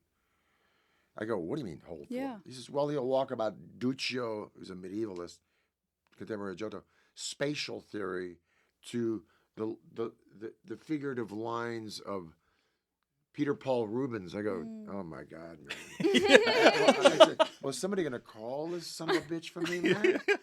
And finally I get a call. He says, "Is this Peter Weller, an actor who is working on PhD?" And I go, "Yeah." And he asked me the question, to go back to your thing, how do you find your own jam with regards to many different passionate points? Yeah. And my answer is this, what my dad said: A, stay out of bars. That's a good Took me one. a while That's a to really do, good one. Mm-hmm. because bars will just waste you. Well, it doesn't necessarily waste your time. My brother decided to drink again and went into bars, and he said, "Look, I'd rather spend time in bars with my Vietnam vet friends. So get off my back." That's his choice, man. And he died of alcoholism. So, you know what? If that's his choice, that's another thing. I can't save people who are not looking for answers. Yeah. Me, I'm looking for answers. Mm-hmm. Yeah. But that's just me. And so I say, A, find out what you're really passionate about. And by the way, that's written in Sanskrit. Find out what you really want to do and do that. That's not 21st century hypo blah. Mm-hmm. Find out what you really want to do and do that. And then when you're doing that, if you find out something else you really want to do that. But here's the other thing. Jane Bolker, I had never met Jane Bolker, but I certainly liked her, wrote a book called Writing Your Dissertation Okay. or Anything in 15 minutes a day. She interviews about 185 people, and I took her workshop because I was not going to finish a dissertation. Yeah. Are you kidding me? I'm not going to. I got work to do, man. It's movies. Yeah. I'm going to sit down and write a dissertation. I got the ideas, and I pitched it, and I passed the exams and whatever. But to sit down and write it, Oh. No yeah. way. ugh! Yeah. To sit around and write 286 pages and 215 images, and no, I'm not going to do that. And then somebody says, read this book. Okay, this is a thing about how to follow many passions. To get back to your point, Jane Bolker's book basically interviews, and this is the short form of it, the people that she interviewed, be it what you do, which is interview journalism, be it what Casey does, whether it's social media journalism, whether it's like social studies or academics or film scripts or whatever. The people that she interviewed, and it was all based on the fact that she could not write a dissertation, and then she went to interview these people, like, what was your secret? They all got 3 things in common, almost every single one of them. One is, A, they write the second they get up. Oh, wow. Not whether they get up at 6 a.m., okay, or noon. Yeah. Okay, so Leo wrote late and would crash late and watch TV, and he would get up at noon. Leo Steinberg was a noon guy. Boom, right. I think Maya Angelou did the same. Maya Angelou, same thing, Yeah. man. She's interviewed all the way. Okay, Gore Vidal, he liked to, sip, and he would hit the hay by 9 o'clock. Yeah. 5 o'clock, boom. My friend Barry Fanero, the writer of the Golden Girls, same thing. Oh, wow. 5:30. Second you get up. No internet, no phone, no talk to the kids, no nothing. Into the room. Maybe you make the coffee. That's it. That's the only thing you're let off for, man. And that's A. B, you commit to a very small amount of time. Okay. You chunk it down. 15 minutes. Yeah. I took the workshop, and this woman stands up at Jane Bolker, aficionado, goes, commit to 15 minutes. She said, I'll tell you, 15 minutes will turn into 20 or 30 or whatever. But commit to 15 minutes. Get in there before you take the kids to school, before you do the thing, blah, blah, blah, blah. Get in there and do your 15 minutes. And I mean, 15 minutes turns into an hour and a half in a second. Oh, I'm sure.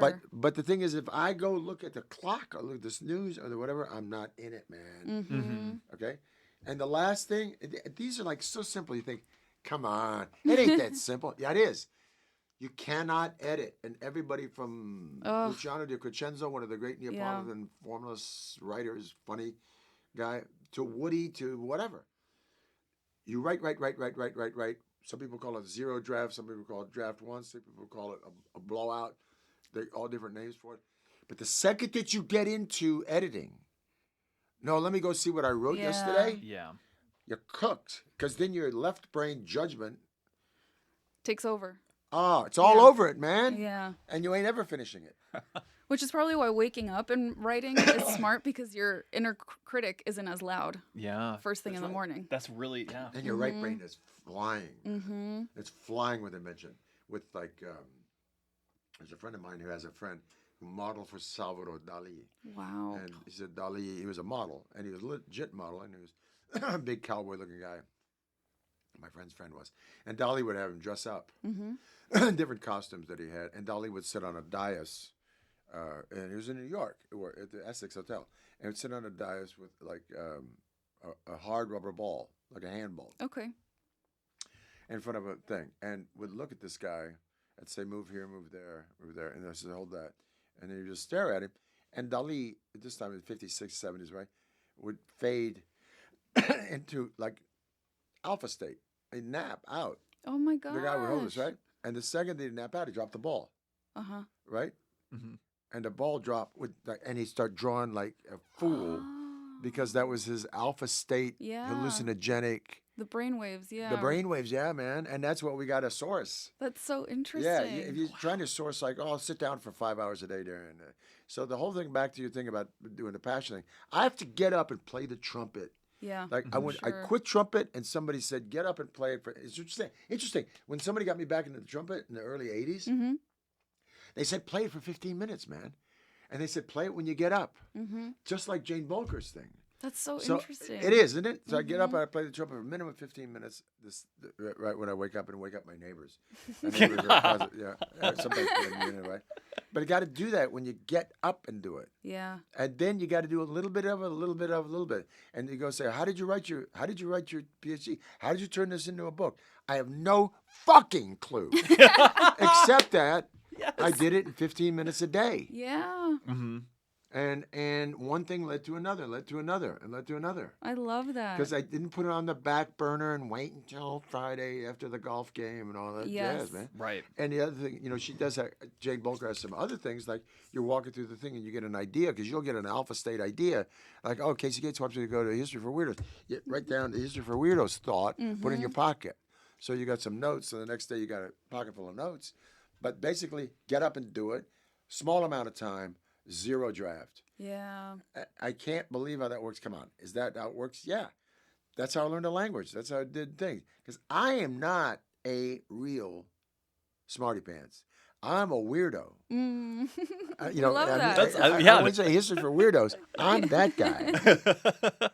I'm not the guy who can stand up in front of a United States Congress Oh my and gosh. go, and you're accountable for this, like screw up with Goldberg. I can't. I can't do that. But I can do the weird version of it, Mm-hmm. Oh, which absolutely. is come on and complain about it with you guys. Yeah, I mean we love that. Yeah, This I is mean, it's funny how amazing. you know so much about Cicero. Oh, I Oh, mean, I'm a that's history his- nerd. I mean, if that's his I were era, to get a too. PhD, it would probably be late 2nd century or like 1st century BC Roman Republic. I'm trying to convince Yeah. him to get The- his PhD. Yeah. Well, have you got a degree already? Not in In history. finance. Why don't you go back, man? That's what How I old tell are you? I'm him. 33. I could go back. I I will Look, go man, back. you can go Who am I back. kidding? If they get a Oh, language sure. When course, Peter Weller listen, asks, yeah. you're going back. They wanted me to take a course, despite the fact that I spoke these languages by this time. Yeah. They wanted me to take a course of German. I took it a night. I took a night course online. There you go. Yeah, Yeah. I qualified you- for UCLA. You did They say s- you need to learn Greek and Latin, I need right? to know Greek and Latin, and I know a little bit of Latin. I know very little Greek. I can read the letters, and I can then translate it to Latin, and then translate it to English. Okay, so like know. my friend Michael Brumbaugh, who was my Latin teacher, my Ciceronian teacher, Catalan Conspiracy, Oh, yeah. who's now tenured at Tulane, is still a great friend and a funny teacher, man. Is actually a Hellenist. Oh. And how did he learn Greek? He said, did some this, did some of this, did some of that. Yeah. And you gotta do the Jane Bulker thing, man.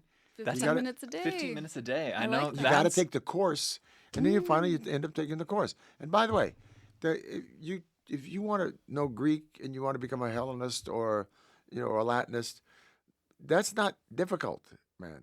That is not difficult. Okay. You I can mean, do it. If you're telling me to do this, These are then I feel like I have bicameral to. languages, man. That's also these true. These are. Look, here's where the predicate goes. Here's where the subject goes. Those are those languages. Grammar, They're yeah. not filled with idiomatic expressions like get your butt off the rock so I can Yeah. That's true. ground my spirit. It's not. There's not a whole lot of that in it. You got to do it. And also, you got to read Edgar Watts' book. I talked about on the phone, Mortal Republic. The guy from UC San Diego wrote this. He wrote the most accessible book about the first century BC that I've yet read, and it's really saddeningly accessible. Saddening. Well, because the thing is, he doesn't structure it. I mean, he's a great scholar, Watts, Yeah. Right. but he's not structuring the fall of the Republic in the ozone of academia, Okay. Mhm. which is what I had to read it in. Oh. And then I Yeah. have to go wait Way a minute, I denser. got to go back to Cicero. Yeah. I got to say, did he really screw this up this bad? Mhm. Was his ego really that big? Mhm. I mean, was Mark Antony truly that much of a stud? I think he was, Oh, yeah. he was. He was an Yeah. active guy. Well, I mean, and did he really want to militarize Rome? Yeah. And he did, yeah. And was he that just incompetent at administration? I Well- think he Mark Antony, Mark yeah. Antony, Well, yeah. totally, and they knew he was. And was the Republic that serious? Like, it is not like, look, man, my only bitch about our Republic right now Yeah. is that my dad is rolling in his grave as a Republican judge, and my Oh, his sure. twin brother, the Republican, he was a Republican, and the AUSA of the Fifth Circuit, they're rolling in their grave because the great thing about Eisenhower Republicans, as much Yeah. as they were or the great Christopher Lloyd's dad, who was one of the great supporters of Eisenhower, is that they could say when politics was harming the Republic. Exactly. Yeah. Exactly. And so when the head of the Senate, who's a Republican, said, stand up and own this stuff, that you let this garbage slip, that it doesn't matter whether it's classified or not, own it. And stop Exactly. trying to go, well, Hillary did that. who cares? Yeah, who cares? It doesn't Yeah, matter. it does Uh, not. it It's does not not now. matter. So Yeah. the ownership of it, but we don't have that kind of Republic right now. No. No. The Republic is not more important than the ego. Now, Watts points out that that's an amazing mistake of the Republic under Julius Caesar, essentially, and then Cicero and the Triumvirate and so forth. Yeah. That the Republic could not get off its purple horse Mm. Yes, the purple horse. and adapt to I love that. what the change of the vibe was. That much of the world was going, hooray, Julius. We think of Julius Caesar, dictator. Let's go history for weirdos, people. Yeah. Everybody's out there thinking Julius Caesar, oh, yeah, he went to Gaul and he conquered Gaul, la, la, la, la, la. No, he was a liberal. Oh, Let's get it- let's get- absolutely. absolute For the people. for the people. For the people, for, tax revocations, for land for the soldiers, for everybody gets a break here, man. No, and He was against the oligarchy that was like, totally, present. man. And let's Yeah. enfranchise these people if they're going to work for Rome. Make them citizens. Yeah, they get to pay some taxes and so forth. Stop using them as like third world free labor. Dun, dun, dun, dun, dun. Anybody want to think about that? Yeah. And that was Any Julius. parallels? But the dilemma that Watts's book is so brilliant at is that they won't get off the purple horse. I know. They're still in this image of what the republic is supposed to look be. like. man. Exactly. And that republic ain't been there for 200 years since the Grocki brothers, man. For Yes. Oh, Get we off. had an episode on the Grocki brothers. Yeah. You did. Who Yeah. talked? Me, It this was his guy. story. Oh, I man. Yeah. I could, the Grocki brothers. I love them. I I know. love the popularity. Way ahead of Yeah. way ahead of their time, man. But Absolutely. man, those They people, paid for it. They paid for Yeah. it because they go, hey, got an idea. All these tribes and all these people that have been fighting for us for a long time, man. And, they've been supporting us and so forth. Like, even the people where I live in the southern Italy. You got to remember, people, everybody thinks that Italy's Italy. No. Yeah. They're Yeah. different. It's- Those are Samnites, Oscans. Those are tribes, man. Exactly. Yeah. Let's enfranchise them. What? Oh. We're killing you for that. Yeah. man. Yeah. Incredibly unpopular. Yeah. Incredibly So, unpopular. for those of you who don't know, the Grocki are around the turn of the century, 100 BC, around the time that Cicero and Julius Caesar were born. And, Rome is expanding. I'm telling Casey this. And it's expanding because of the commerciality of it. Okay, now I'll give you a case in point. The Mediterranean has become its lake. That's what they call it. Yeah. Lago Nostro. Yeah. Okay, why has the Mediterranean become its lake? Because in one couple of years, right, North Africa has been leveled.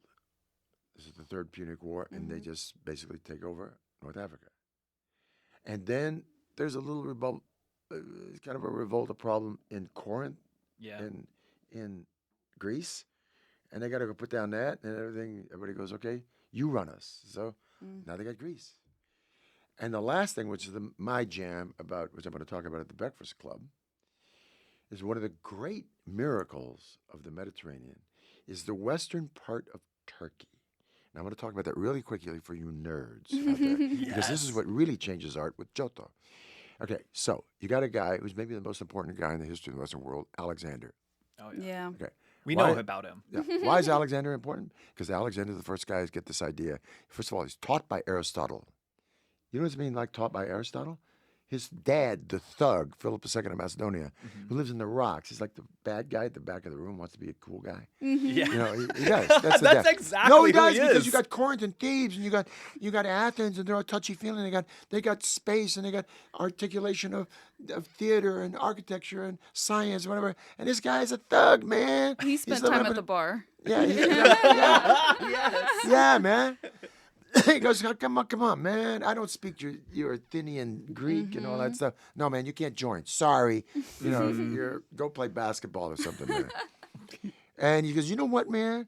I got a kid, and I'm gonna hire Aristotle to come over here and teach him." And supposedly there's a TV script at Paramount right now with it. Oh, cool. Yeah. And so that's like hiring Einstein Yes. Yeah. Exactly. to come and teach your kid, because Aristotle's renowned. Come and teach my kid.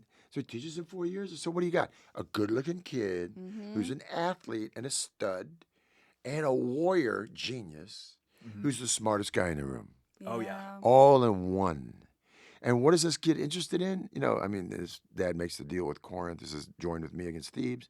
And they go, sure. And then he goes to Thebes to join with me against Corinth. His dad plays that game for a couple of, and Spartacus on the side. And then, then Athens goes, no, we're not joining you. And then he sends this kid in, and Alexander takes down Athens in about 8 days, or something like that, right? Yeah.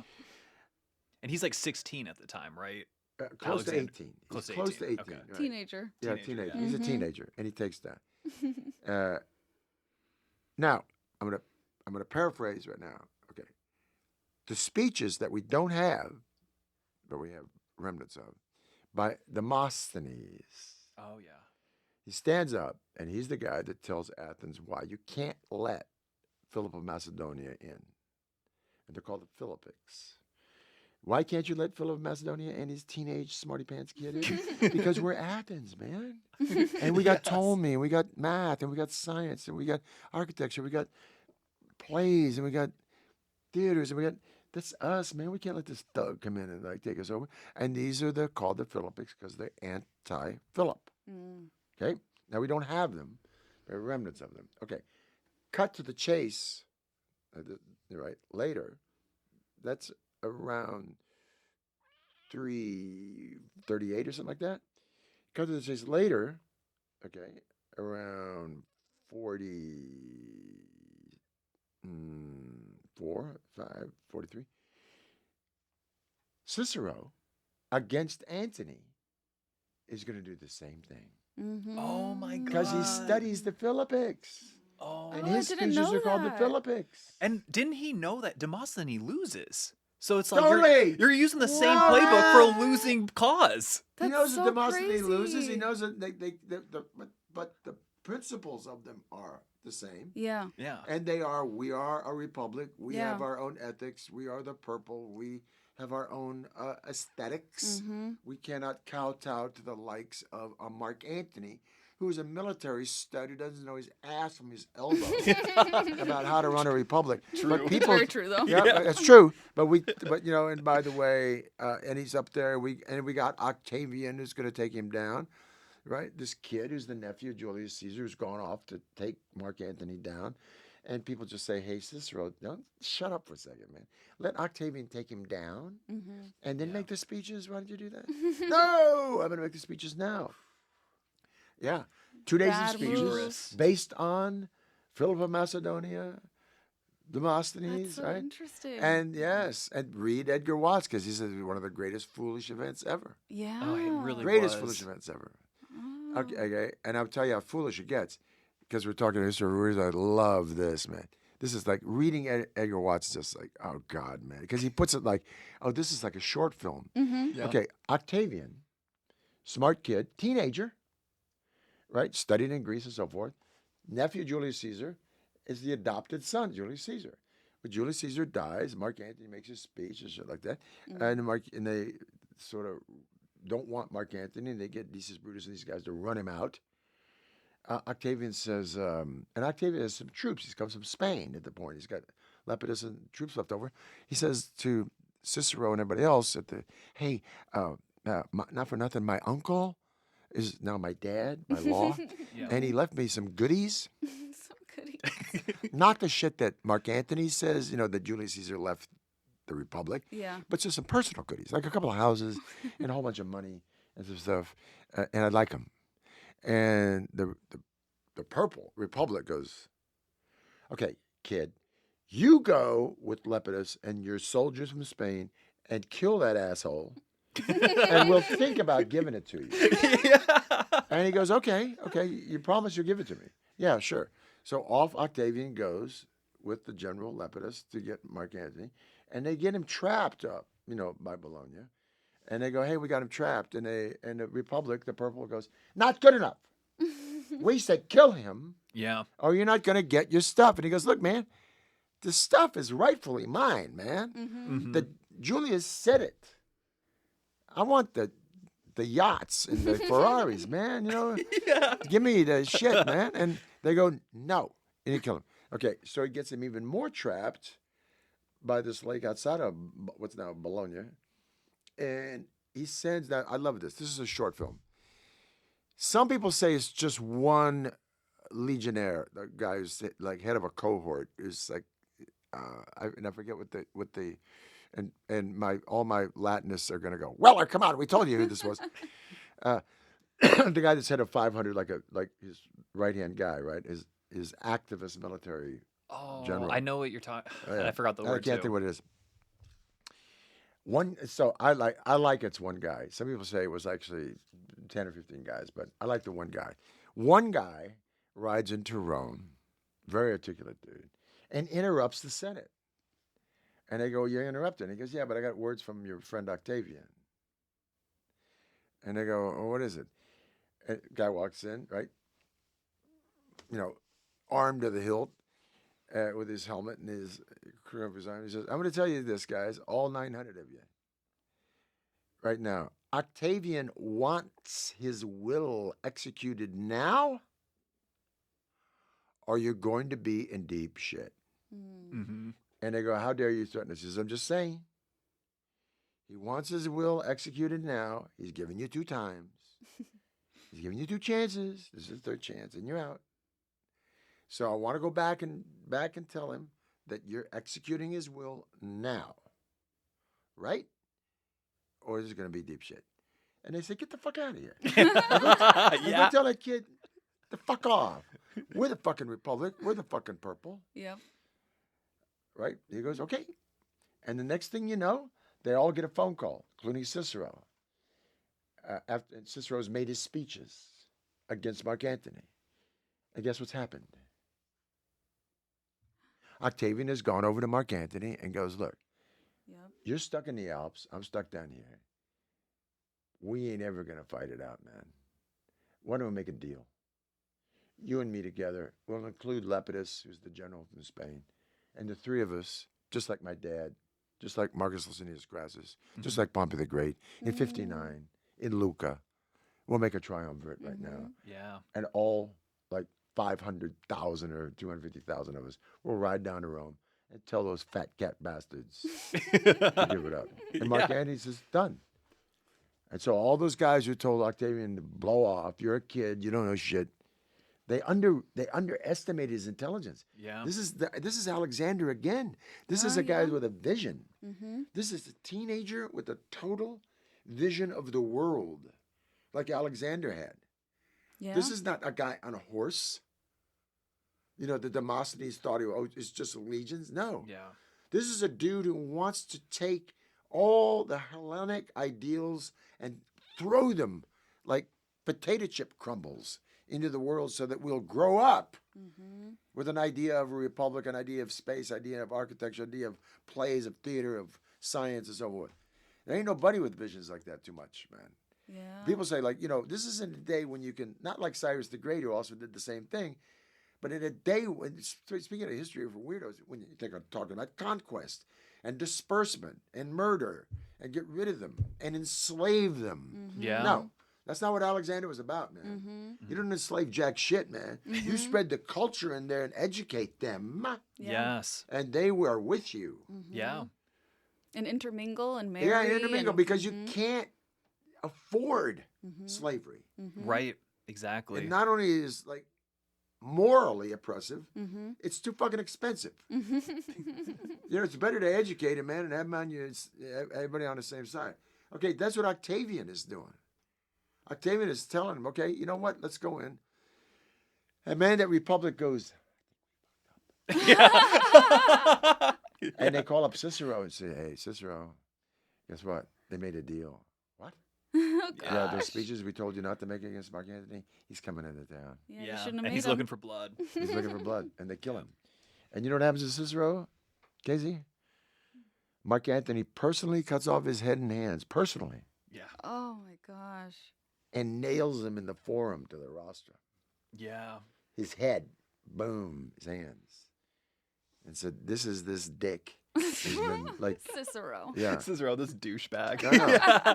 Who's not a douchebag, who's one of the great guys. Everybody's ego got the better of him. Yeah. Oh, absolutely. That's a great lesson to learn. Yeah. It's a That's great why lesson you to study learn. your history. And Yeah. it's going to make a great miniseries Absolutely. We would love that. in I know. contemporary time.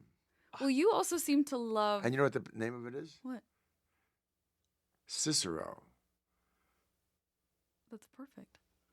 Power, lust, and violence in a republic just like yours. Oh my God. Oh, that That is subtitle perfect. is incredible. Yeah. Oh my God. Yeah, let's do it. I'll put you to Dan. But you know something? Yeah, it's what it is. And me and a guy, I'm going to give it to Dan, because me and a buddy of mine who's got a ton of things going on with YouTube already wrote the outline for it. Really? Yeah, we're telling you, we never tell anybody about it because my it's our gosh. little baby secret. I mean, Howard Gordon knows about it, but Cicero is the great story of of hubris, of winning, of the people, of failure, of espionage, Yeah. of passion, Wow. of betrayal, Mm-hmm. and essentially undone. I mean, if you start with a guy who's got no entrance into Rome, because he's like, He's the novus homo, like the he's new man. the new man. Yeah. That's like being a mercantile dude. Okay. You're not of the purple. Yeah. You got to work your way there. And to get the degree, doesn't go to Greece and study that, and also do it by Julius Caesar. Hey, you want to be a lawyer, man? Go to Greece and study that stuff. Study oratory. And Julius Caesar does. And he's a great advisor to his friends, and a great pal, and then becomes the guy in Rome. Yeah. But starting as a people's guy, and then ending up and supporting the end of domestic terrorism, and supporting the end of international terrorism with Pompey the Great, taking down all the people that want to bomb Rome. And by the way, Rome is bombed. In 69. Those Silesian pirates come in and blow up Austria. Oh, okay. Oh, I mean, it's 9/11, man. Yeah. Every single thing that's happening in this century, I was just Cicero thinking, replicates. Yeah. this is really going to resonate with American audiences. Yeah. But you know something? Take him out of a toga and put him in Arbani. Mm-hmm. And then that's It's the same deal, man. Same thing. so interesting. And you know what? I love that we're talking about America, classical Rome, right? And then also, I think And somebody says, no, you know what? It can't parallel it.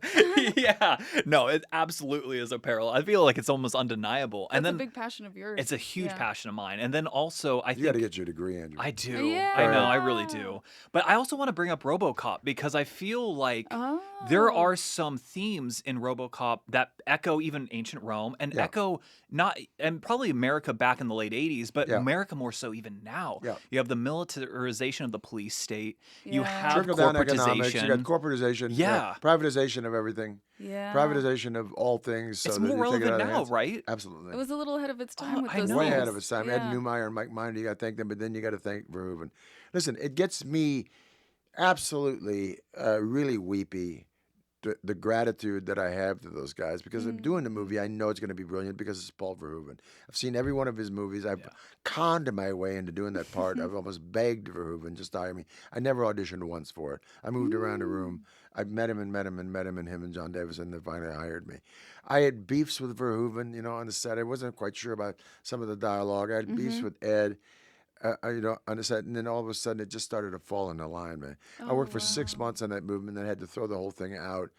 I had beefs with Rob Boutin, who designed that beautiful stuff, and Stefan Dupuis did the makeup. But all in all, when all is said and done, every one of those guys are a genius. From Rob to Stefan to Paul to Mike to that cast.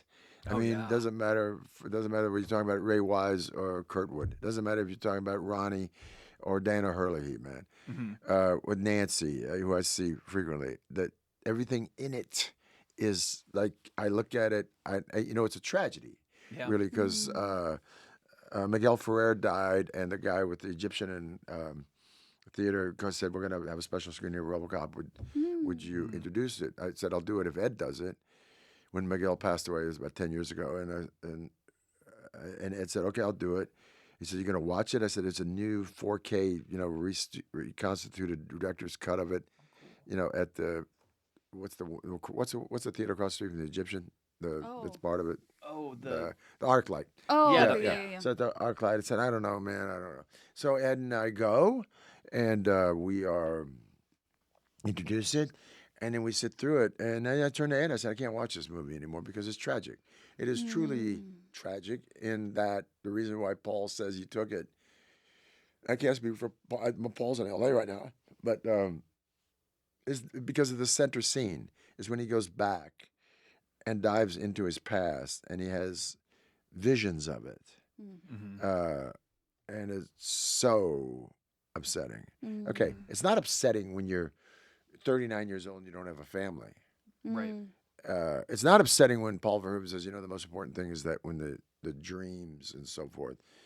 And I'm thinking, like, why isn't this stuff happening before, Robo, it's you. I know you. The Paul McCrane's line, and he says, because Peter, it's not amnesia. It's not amnesia. I don't know what the hell he's talking about. It's not amnesia, Peter. It's God. It's a spiritual thing. It's infinite. It's infinity. I said, Paul, what in the fuck are you talking about? And we're in a suite. And Paul, but it's Paul who studied medieval myth and has a degree in this stuff and Christian myth and Egyptian myth. That's so Look, cool. because I don't forget, I'm the dummy who could talk about contemporary art, but I ain't seen Giotto at this point, man. Right. I haven't done Before. a dive into all this stuff. Later on, I got to talk till Paul's blue in the face. So, he wants to go home. But then I'm thinking, what is this? He said, Peter, look, it's the one thing they can't take. The tragedy is that, and he's talking about tragedy, but when you're in the character, I'm not thinking this is tragic. You see the movie 20 years later, it's tragic. He says the one thing they've taken everything, but the most important thing is they've taken your identity. But the most important thing is they've taken your family. They've taken your wife and child, and they've taken your consciousness away from you. But they cannot take your soul. Yeah. And your soul wakes up on its own. And so I'm remembering that conversation in my suite. And I tell you, I could cry like that thinking about it. But when I listened to it, I thought it was the weirdest fucking thing. It's like I don't want to really hear about that, in spite of the fact I was sober at the time and I really had no serious spiritual program. Right. But to hear Paul talk about it then and talk about it now, and then when you see that the idea of resurrection, which by the way is the theme to that film. I asked people there, I love the film. I asked a kid the other day. He said, "Oh, I grew up with that film." And it was at the World Renaissance Society, and here's this young academic. I grew up with that film. I said, "What's the theme of it?" And it's like great Elia Kazan said, my mentor Uda Hagen says, if you can't say what the theme of a work is in one word, all you're talking about is plot, story, significance, resonance with whatever. That's all important. But what is the damn theme? It's resurrection. It's rebirth. Like all great stories. Yeah. It's not war. It's not this. It's not that. It's not a. It's like the theme of Chinatown. Definitely, and I got to tell Robert Town, thank God, with John Milius when they were smoking a cigar. Thank God I got to tell Robert Town, listen, Chinatown is one of the three greatest pieces of visual rhetoric on America ever made. Yeah. Ever made. And because the theme of it is dynasty and incest. Now, people don't want to see that. People want to say, oh, it's power. No, oh, it's water. No, oh, it's land. No, it's not. What's the last thing John Huston does? It take that girl out of that car, say, come with me. Yeah. She's my mother. Yeah. I mean, she's my daughter. She's my sister. She's my daughter. She's my sister. She's my daughter. That's the theme of it. That guy, like the Egyptians and everybody else, wants that dynasty. Fuck the valley. That's the plot, man. Yeah. So I got to say to Robert Town this, and I said, I was at Bob McKee's story analysis course, and everybody missed it. I'm sitting with Diane Keaton. I'm sitting with other famous actors, my friends. I'm sitting with the entire development team of Paramount Pictures, and Bob McKee's saying, what is the theme of Chinatown? And people are saying power, water, land, And McKee goes, no, it's not. It's the thing you don't want to look at. It's the most horrible thing in the world. It's fucking incest. Yeah. It's dynasty. Yeah. It's the Ptolemies. Yeah. It's the Ptolemies. That's right. Yeah. It's the fucking Ptolemies. Yeah. And so I get to tell Robert Town. I said, Robert Town, bless his heart, man. Sitting with John Milius, John Milius is a hero to me. And they're both going, yeah. They don't want to see it. Yeah. They don't want to see it. Even when it's right in front of your face. Especially when it's an alien on your face. Speaking of beautiful stories. Especially when it jumps out of the thing, and blows. Yeah. It jumps on your face. No one to do that. So that's the beautiful thing of a RoboCop. It's not about army. It's not about society. It's not about. That's the stories in it, and all those ideas in it about trickle down economics and privatization of this and militarization of whatever, just for power. But it's not about that. That's what people want. Yeah. It's And about. that's what's happening. It's about rebirth. It's about finding, it's about resurrection, man. It's a theme that goes all the way back to the Egyptians. Yeah. And so I ask that all the time. I stand in classes, and somebody will ask me about RoboCop. I got to give a thing for the L.A. Breakfast Club. Say, okay, what's the theme of this film? Once in a blue moon, somebody will say rebirth, and I say thank you, and everybody goes, oh, yeah, it is. Yeah. Yeah, because of what? Because of metaphysics, not because of any physical world. The beauty part of story is,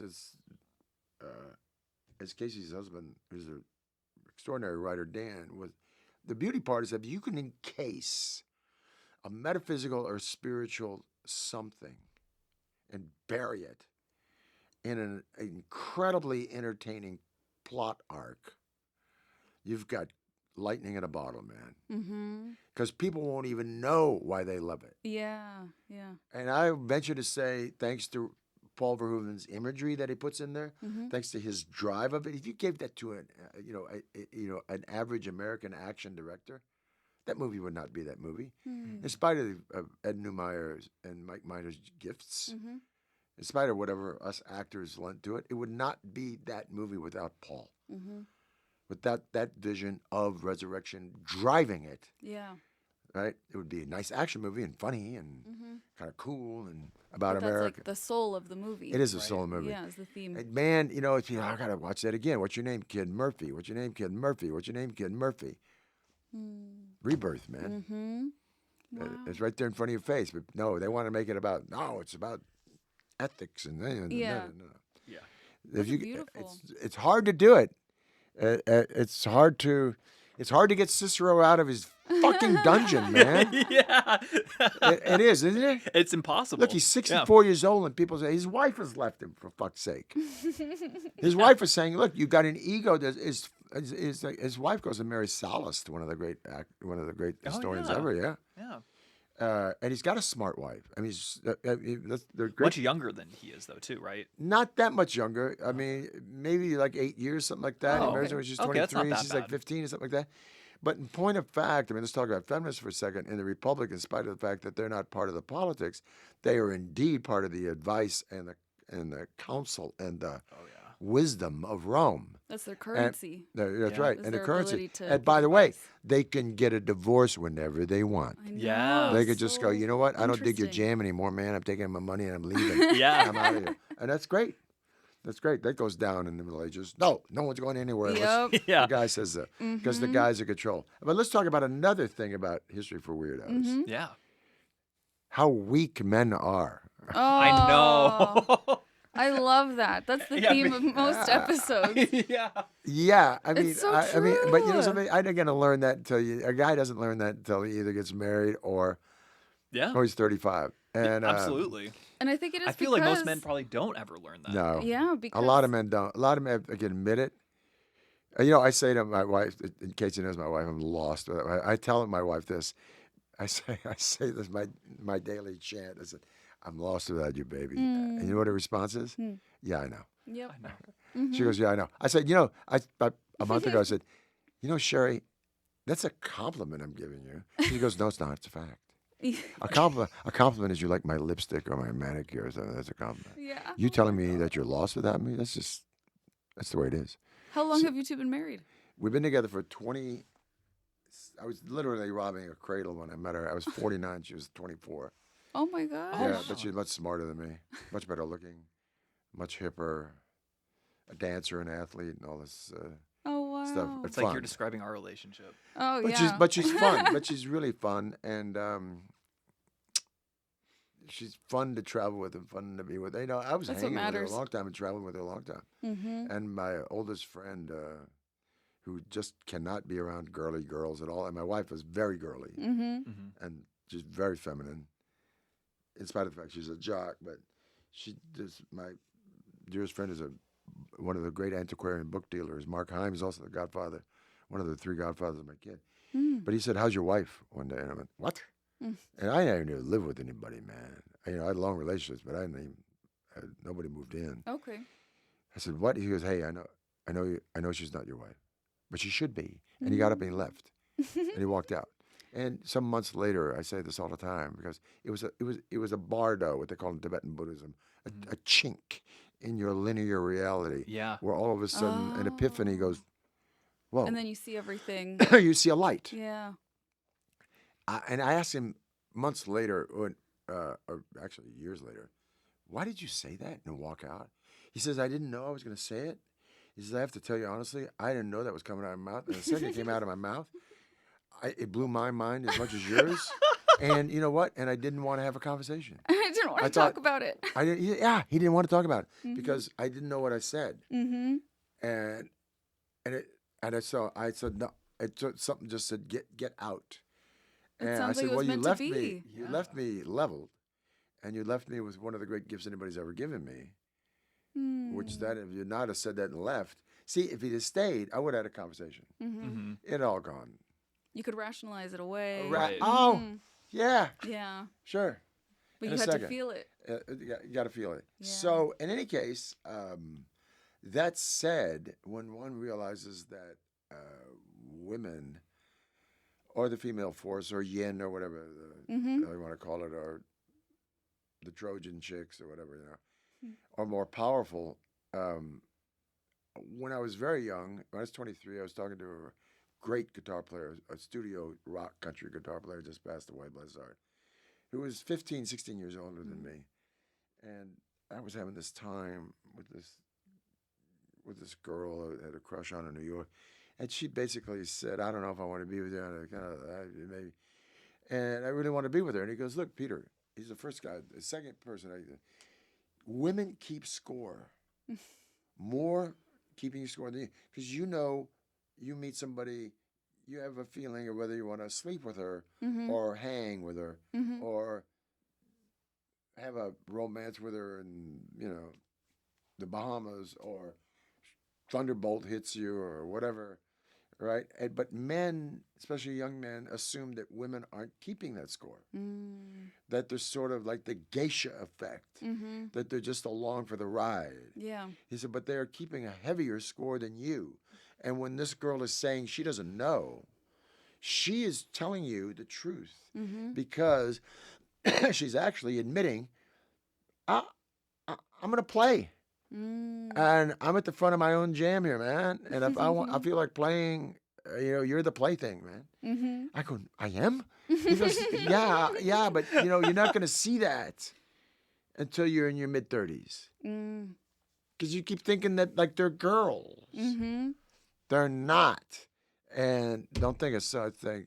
Thanks, Riley. Thanks for that, man. So the only thing I ever saw before that, because I get my stuff from movies and stuff, like I watched a Tennessee Williams movie, which is my favorite play, the first play I ever wrote, called Orpheus Descending. Okay. I got to perform for Tennessee twice. My very first performance ever on Really? stage, Sticks and Bones for Tony Ward Vody, which is a black comedy about Ozzie and Harriet, written by David Rabe, won the Tony Award. Father of Lily Rabe has gone on. Wow. And married to Jill, a great actress, unmarried woman, and so forth. And I see this movie called Fugitive Kind with Anna Magnani, arguably one of the most dynamic actresses ever in the history of time, and Brando, who, from my money and a lot of people's money, changed the whole game, and there ain't nobody like him. Nobody inventive, physically in a room. Nobody, even my wife or her generation goes, okay, the sexiest guy. Whenever he weighed 100, no matter if he was overweight or not, the stuff he comes up with and invents. Okay, he was asked to do the play with Anna Magnani. He didn't do it. It's the first play Tennessee Williams writes in 1940. It never gets published as a play until 1958 or something like that. Sidney Lumet comes back and does it. With Tennessee's original idea of the play with Brando and Anna Magnani as a film. And Brando and Anna Magnani there is no dynamic more powerful than them. This is the most dynamic, powerful, and she's not like the bee's knees good-looking chick, but a force of nature. And Brando is ethereal. And as Kazan said, Brando is a woman walking around in a man suit. Very magnetic. But his whole vibe, he said his power, Kazan said it, Kazan is essentially the guy that put him on the map, it's feminine. Mm-hmm. I actor studio, Kazan, and I'm coming to the actor studio. I asked him one time, what do you mean by that? He says it in his autobiography. He says look. He says you see this cliche of him in a wife beater screaming Stella, and this is before VHS and all that stuff. You see it again. He's whining. Mm-hmm. He's screaming like a 2-year-old girl. He's going, he's not going, pumping his biceps. He's got his hands over his ears, and he's whining like, if I may say the cliche, of a little girl screaming at her dad or mom or whatever. And I go, God, man, a guy that powerful physically can allow himself to be that much of what men call a wimp. Yeah. Has got a power beyond dreams in him. So I see this movie, and it's Tennessee Williams. And Tennessee Williams is best friends with the Gore Vidal. Gore Vidal is going to become my best friend on the Amalfi Coast and convince me to buy my house. And writes my recommendation at a grad school, and he's a guy I could talk about endlessly because I'd never met a smarter guy or a funnier guy in my life than Gore Vidal ever in planet history time. And one of the first guys to admit that he's gay, I'm queer, like had the balls, like Burroughs, like Jean Genet, like Pasolini, like several of them, to go, yeah, I'm queer. Because you guys have marginalized me, and I'm not of your gender, and I'm not of your jam, so fuck you. Yeah. And those days you get shot for it. If not, you get shot for it. Very now. dangerous to come out. Pretty dangerous. So Gore is friends with Tennessee, and Tennessee is gay. Tennessee, Dick Cavett tried to be a smarty pants in 1972. Interviewed him and said, "Are you homosexual?" Tennessee, right? He's smoking his cigarette. And you're going like, oh my God, is that the dumbest fucking thing from some jammed up Anglican Brit? Yeah. To ask the granddaddy of theater poetics. Of all the things. Yeah. Are you homosexual? And Tennessee takes a puff off his cigarette. He says, well, baby, let's just say I covered the waterfront. Oh my God. Incredible. Is that a class act? Oh my or what, gosh. man? I say, you can't have no more poetry than that, man. I love so that. when he writes this thing, this dead of night scene about a guitar player, Cajun escapee from New Orleans, who's now down at the bayou somewhere in the Thibodeau, working in a shoe store for an Italian immigrant with a bastard husband who's upstairs. And the dead of night, she wants to know who he is. You got to Google the scene, man. Yeah. Look at it. Fugitive Kind, Anna Magnani Brando. Okay. I'm paraphrasing this thing, but Tennessee is like gay. And we don't know if he's ever been with a chick, but some of the most dynamic feminine characters ever written based on his mother and his sister, ever written in the theater. Just see Cat on a Hot Tin Roof and shit. And she says to him, Anna Magnani says, Brando, who are you? He says, I'm a bird. I'm a bird with transparent wings. I fly so close to the sun you can't see them. See through these wings, you can't see me.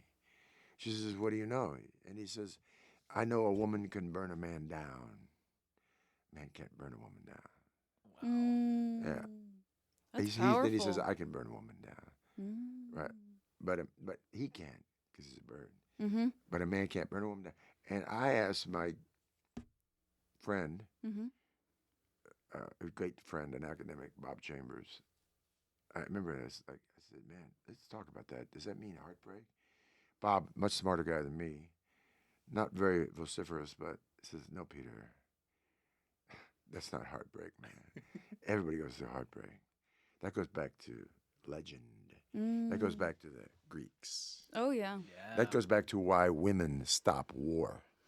That goes back to why, as John Fowles said in the magazine, women see enough sons and husbands die. They stop it. Because they know that the only reason why men create war is to stop women from laughing at us. So I asked my mother that, asked my wife that. Somewhere are you giggling when you see the hot guy? In the back of your jam, are you laughing? And Sherry goes, yeah, of course. It's ridiculous. Love the posing. Love the abs, love the butt, but come on. The whole thing, it's stupid. do you agree with that? I go, Yeah. yeah. I asked my mother that. Mm-hmm. I said, mother, used to look at those guys on the Amalfi Coast, Yeah. those boat guys with the hunks. She says, yeah, baby.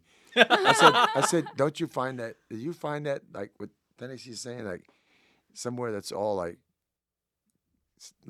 lightweight? She goes, yeah, it's all posing. Yeah. It doesn't hold power over a woman. It doesn't Mm-hmm. do our thing. Yeah. Yeah, and I'm thinking, okay, wow, to stop women from laughing at us. And my friend Bobby says, Peter, the original piece of oral tradition literature in the world is the Iliad. Mm. What's going on there, man? Why are these guys killing each other for Are they 10 at years? war? Yeah. Over a chick. Mm-hmm. That's true, yeah. So true. Yeah, and 3 chicks flying around, so going, oh, there's an idiot. Let's get him, the shepherd boy, Yeah. to say which one of us is the coolest. And he doesn't know his ass from his elbow. Yeah. Right. I'll give you the most money. I'll give you the most land power. I'll give you the hottest babe. Oh, you're the best. I know Yeah. men are so And simple. you don't think A that's lot of power Yeah. and and influence you don't think over that's them. about a woman burning a man down? Holy cow! Yeah. And I'll tell you, 2 nights ago, I'm in a diatribe with a lawyer about something. He's a lawyer for 20th century. His wife is astute feminist. And I'm talking about this thing, and I got to go up and preach this stuff about history for weirdos. Like the history is that women can burn men down. And by the way, the Western world will tell you. And by the way, there's a ton of myths in Asian history to tell you the same thing. Mm-hmm. That Mother Earth will fly out of the sky and burn your ass, Mm-hmm. Oh in spite of how powerful you think your biceps are. Yeah. Right. And I hear her say to him, she says, yeah, but men go and get guns and kill us. Mm-hmm. And the husband said, honey, what do you think makes them go get the guns? Mm-hmm. They're burned down. Mm-hmm. They got no other recourse except war. Yeah. They have no leverage. They have no, Like what else? What yeah, else could they they have do no to get leverage for power? dialogue. Mm-hmm. They're done. And I'm thinking, if I remember that, I could sidestep a whole lot of marriage shit. And indeed I have. Oh, good. Yeah, because I go like, okay, you know what? That's one of the things I learned. I'm going to win about 12% of this, and that's not one I'm going to win. Yeah. The color of the kid's bedroom, I'm not going to win that one. Yeah. No, I'm not going to win that one. No, where this piece of art, I'm not going to, no. That sounds very wise. Yeah. Yeah. I that love is. that. Whether we have a car on the, yeah. You got to pick your battles, man. And most of them, men got to go. Absolutely. Yeah. Sí, mi amor. Yeah. Oh, I know. That's what I mean, told what? him that Why he is needs to that? learn how Why to is say. that? So speaking of history for weirdos, Yeah. why is it that you got to be a weirdo Uh-huh. to accept that fact that women own the dynamic? That is because I considered think a weirdo it's thing. yeah, that is. I never really thought about it like that. Guys don't want to admit that. No, I mean, I think it just gets centuries of certain, I think, passages, stories being pushed down has almost brainwashed us. Oh, the brainwashing. I think that's what it Patriarchal is. brainwashing. Yeah, for like, yeah, I mean, for lack of a better term, absolutely. Yeah. Okay, so there's this TV show on that I am loath to watch. Mm-hmm. Adolescence. I haven't seen it. Oh, I've you heard seen about it. I haven't Well, watched it. the bill in front of the English Parliament that everybody's got to watch it. Mm. Everybody's got to watch it. Oh. And the woman spoke out, and the head of Parliament 3 days ago, Oh. said absolutely. I think we ought to have a bill that everybody watch it. We So it's a should watch it. four-parter. Mhm. The four-parter, each one is a oneer, Mm-hmm. produced by the same guy who stars in it, and it's about a 13-year-old off the internet kills a girl. You know he killed her right away. Mm-hmm. And you go through the denial aspect of the problem, the psychological thing, familial, the entire jam Mm-hmm. of the young male dilemma striking back or whatever. I Yeah. ain't seen it. Have you seen it? I want to. Yeah, I do too, but I'm afraid Yeah. because I got a 13-year-old boy. Yeah. So I'm talking to my 13-year-old boy about, speaking of history for weirdos. Mm-hmm. Okay, he said that's for weirdos. I said, no, Teddy, why is it for weirdos? Because he was hanging out with two girls. One of them he likes a lot. Mm. Oh. Yeah, I mean, You want to give him advice, but I don't. Yeah. But he's at this party, and the parents are cool and so forth. I said, I have a problem with this show called Out of Life. He's heard of it. Mm-hmm. He says, I'm not watching it. I said, yeah. He says, you know, if a girl, I know it's about the kid who's watching the internet and it's violence against girls. I said, how you doing with girls? He said, I like girls. I like hanging with them. He was giving me a legit response, you know. Mm-hmm. I'm praying in the back of my head that he's cool with it. Mm-hmm. Because I'm also going like I got no control over this because when you're a parent Mm-hmm. and you're a parent, don't you feel like the weirdo? Yeah, I can only imagine. Yeah, I'm because especially kids that age, you're talking to drunks. Oh, A 2 and a toddlers. 4-year-old? No, Yeah. man. Yeah. You think Yeah. they're going to make sense to you? Oh no. And you're expecting sense? Yeah. You know, and her delightful daughters, I know they ain't making no sense, man. Oh no way. And so, at a 13-year-old, they are making sense, Mm-hmm. but they're not going to make my sense. And I don't know if I want to watch this show, Yeah. as I don't know if I want to be that upset, because I know I'm going to be upset about it, and I know I'm going to probably do a deep dive in my own accountability as a dad. Could be interesting to watch with your son. He doesn't want to see it. You know, he said, I said, do you want to watch it? He goes, I don't want to watch it, and I don't need to watch it, because I know it is about someone who got disturbed off of watching violence off the internet. I don't watch violence. I said, but you watch violence with games, you know, and World of Warcraft and all that stuff. I said, I don't know if he can make. He says, well, that's the distinction between watching a game and actually acting out on it. And I go, can I repeat you? Yeah. That's the distinction between watching the game and actually acting out on it? Because I never had that kind of articulation when I was 13, Mm. Yeah. nor the smarts to make that distinction. Mm-hmm. I really wanted to blow up shit. No, I really wanted to take M80s and go into this tunnel Uh-huh. and blow the hell out of this tunnel. Oh, that was me. Yeah, or stick it into the guy, Yeah. stick it into like my next door neighbor. I think his name was Andrew, but stick it in his apples, stick tons of those M80s in his apples, and blow the shit out of his tree. So I didn't have the smarts of my kid, but I don't know about this. But speaking of weirdos, Mm-hmm. it is truly the history of weirdos being a dad. Oh my god, yeah. I We're can bringing imagine. it back to that. I know. Yeah, I can imagine. pray that you have a kid, Thank and you. I pray that you go through the trauma and the joy Trauma that of having a kid. Oh, we can imagine. I know. Yeah. Right now, you're making my mother-in-law so happy. Oh my gosh. Thankfully, she doesn't listen. She doesn't. No, my dad does, though. He'll tell her. Yeah. My mom is from Mexico. She got pregnant with me at 21. I'm 32.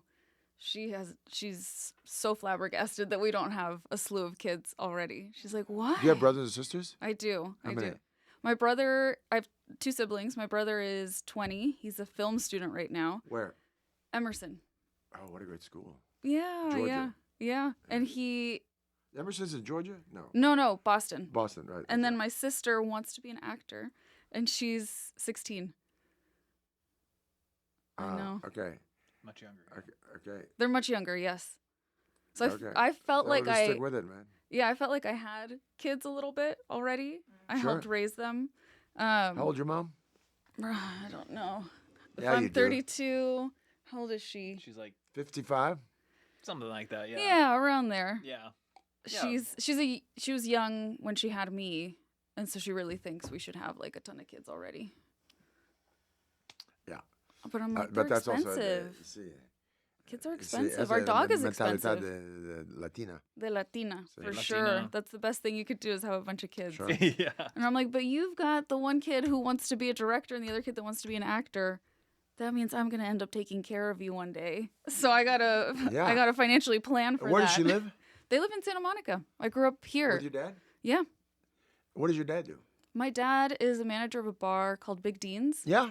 I know Big Dean's. You do? I know where it is, yeah. Oh, Oh, yeah. you're gonna make him so happy. He's gonna be so happy. Yeah. He listens, and my parents started going to Big Dean's when my mom was pregnant with me, Okay. and then my dad became the manager. Big Dean's is a famous bar, man. It is. Yeah. Big Dean's is really famous Yeah.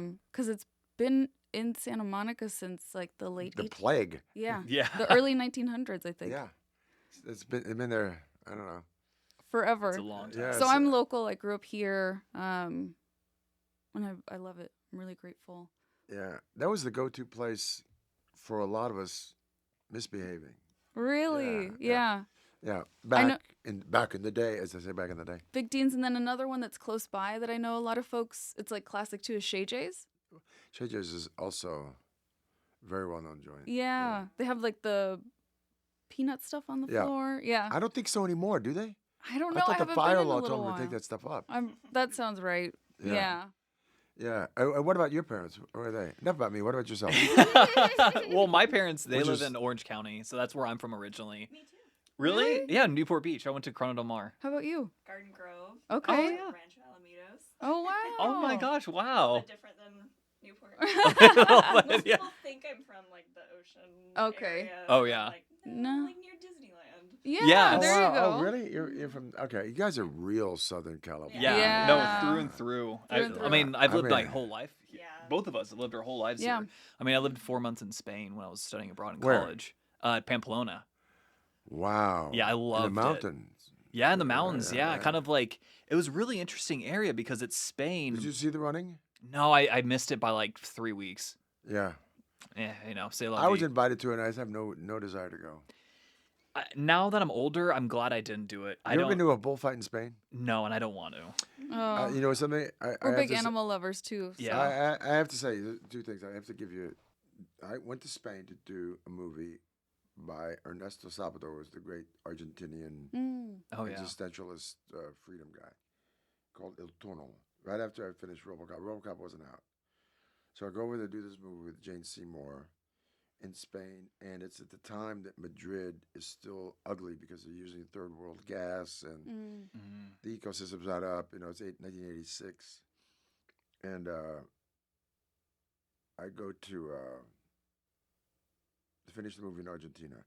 By this time, I have friends in Madrid who have turned me on to all 6 forms of Sevillanas flamenco and Wow. Bolerias flamenco, and I go to flamenco, and then I'm in love with the whole Andalusia Oh yeah. jam, and I'm just like done. I want to go back and dig the Festival of Seville.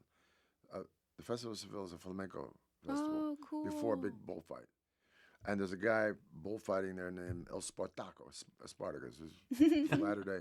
No, but you don't want to see a bullfight, man. I know. Because I tell you, it is macho beyond belief.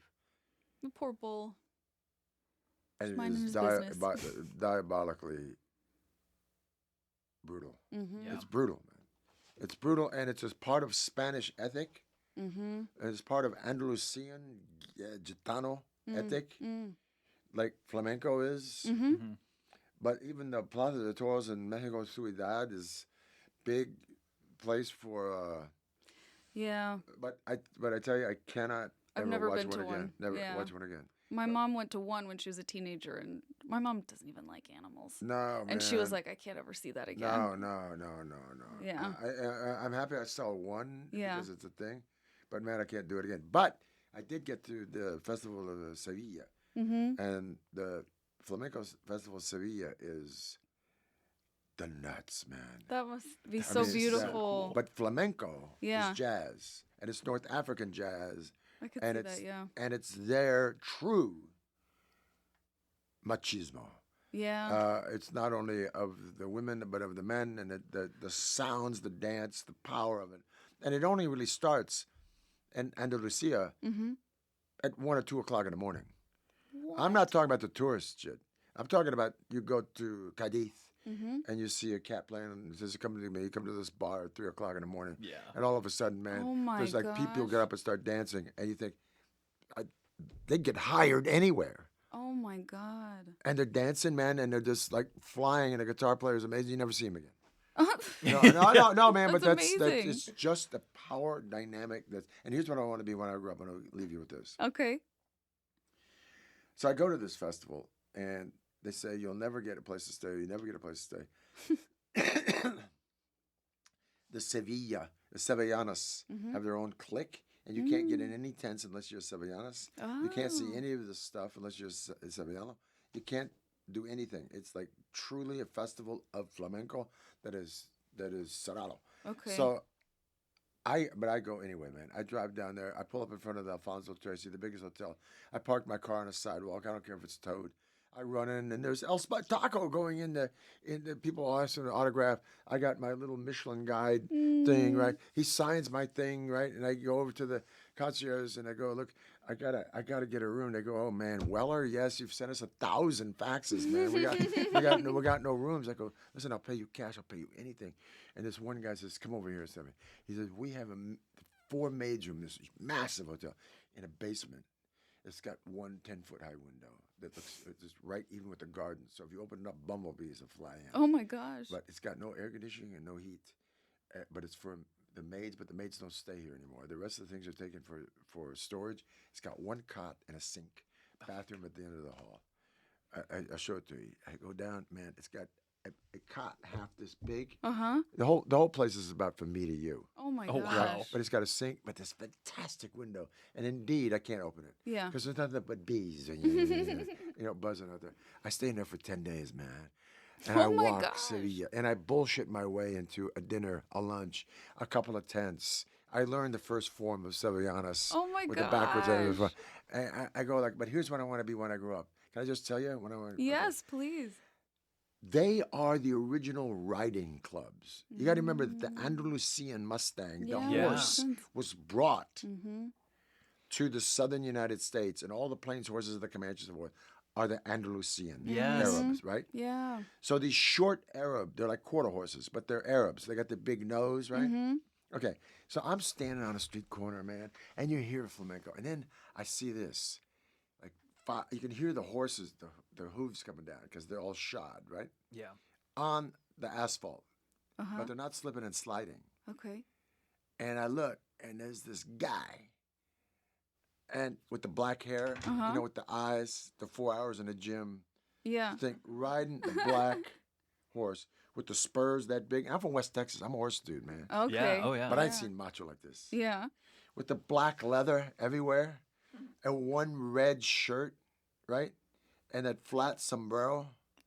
And on the back is the best looking woman I've ever seen, with the mantilla and the hair up on the head, and they're Uh-huh. sitting side saddle with Oh my one Wow. hand around a guy, man.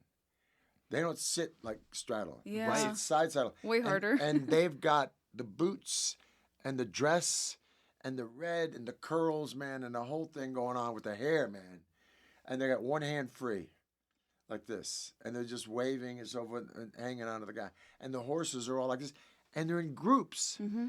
like 5, 6, 7. And I'm looking at the horse, best horse I've ever seen. The guys, oh my God. And then the chicks, okay, I give up. I give up. And I see for 10 days, another club. So I finally asked this wrestler, what the fuck is this? Yeah. And they said, but those are the riding clubs of Sevilla. Wow. Those are the Andalusian riding clubs. That's our nature. That's as indigenous to us as flamenco Yeah. and dancing. The horse, right? I go, I'm never gonna be it. I want to be that guy, that horse with the spurs. Like the great tragedy of our And lives, the right? chick hanging on. Yeah, man. Anyway. That's what you want to be when you grow up. That Well, guy? when you see it, Yeah. when you see it, especially if you come from horses and you come from like, an idea of macho and motorcycles, Mm-hmm. me and, the stuff that goes fast or race cars and whatever, man. You want to be like, but I've never seen that entity. Oh no. And by the way, the Yeah. horses are they might have one spot, but they're black. Mm-hmm. They're all black. You don't get a roan. You don't get a paint. You don't get a pinto. You don't get nothing. They're black, man. Wow. They want the black horse with the black leather and the red. Wow. Right. What an aesthetic. I know, but listen, the aesthetics of Yeah. the makeup of these Yeah. women, Oh, it's probably got to be the beautiful. reddest of red lipstick, man. Yeah. I mean, it's like blinding red, fire truck red, Wow. man. And manicures all done in red with the silver and the mentine. Yeah, forget it, man. Ain't nobody can compete. You've Oh, no given us a way. lot of So- things to add to our travel list. Yeah, seriously. Next year, our The anniversary in Feria, Padua. okay, the Feria Sevilla. It's the flamenco. Okay. There's the festival of the Mary and the Cross later on, but go to the flamenco festival. Yeah. That's going on the list. Yeah, Absolutely. and just Rose. walk it. I don't care if you just walk it and never go Yeah. into a tent. Okay. Okay, that's good to know. Thank you so much. You bet. My Thank pleasure. you. Andrew, Stephanie, pleasure to be with you. It was Thank a pleasure you. Have a having kid. you That's all I got to say. Oh my gosh. Yeah, she did get to him. Yes. Yeah, thank you, Thank Dr. you. Peter Weller. Yes. Thank you. My pleasure. Wow, what an incredible episode. I personally love speaking with Dr. Peter Weller, and I know Stephanie did too, and I hope you guys did as well. Please let us know if there is another guest that you really want on the show. Let us know in the comments on Spotify or wherever you are watching and or listening to this podcast. Stay weird.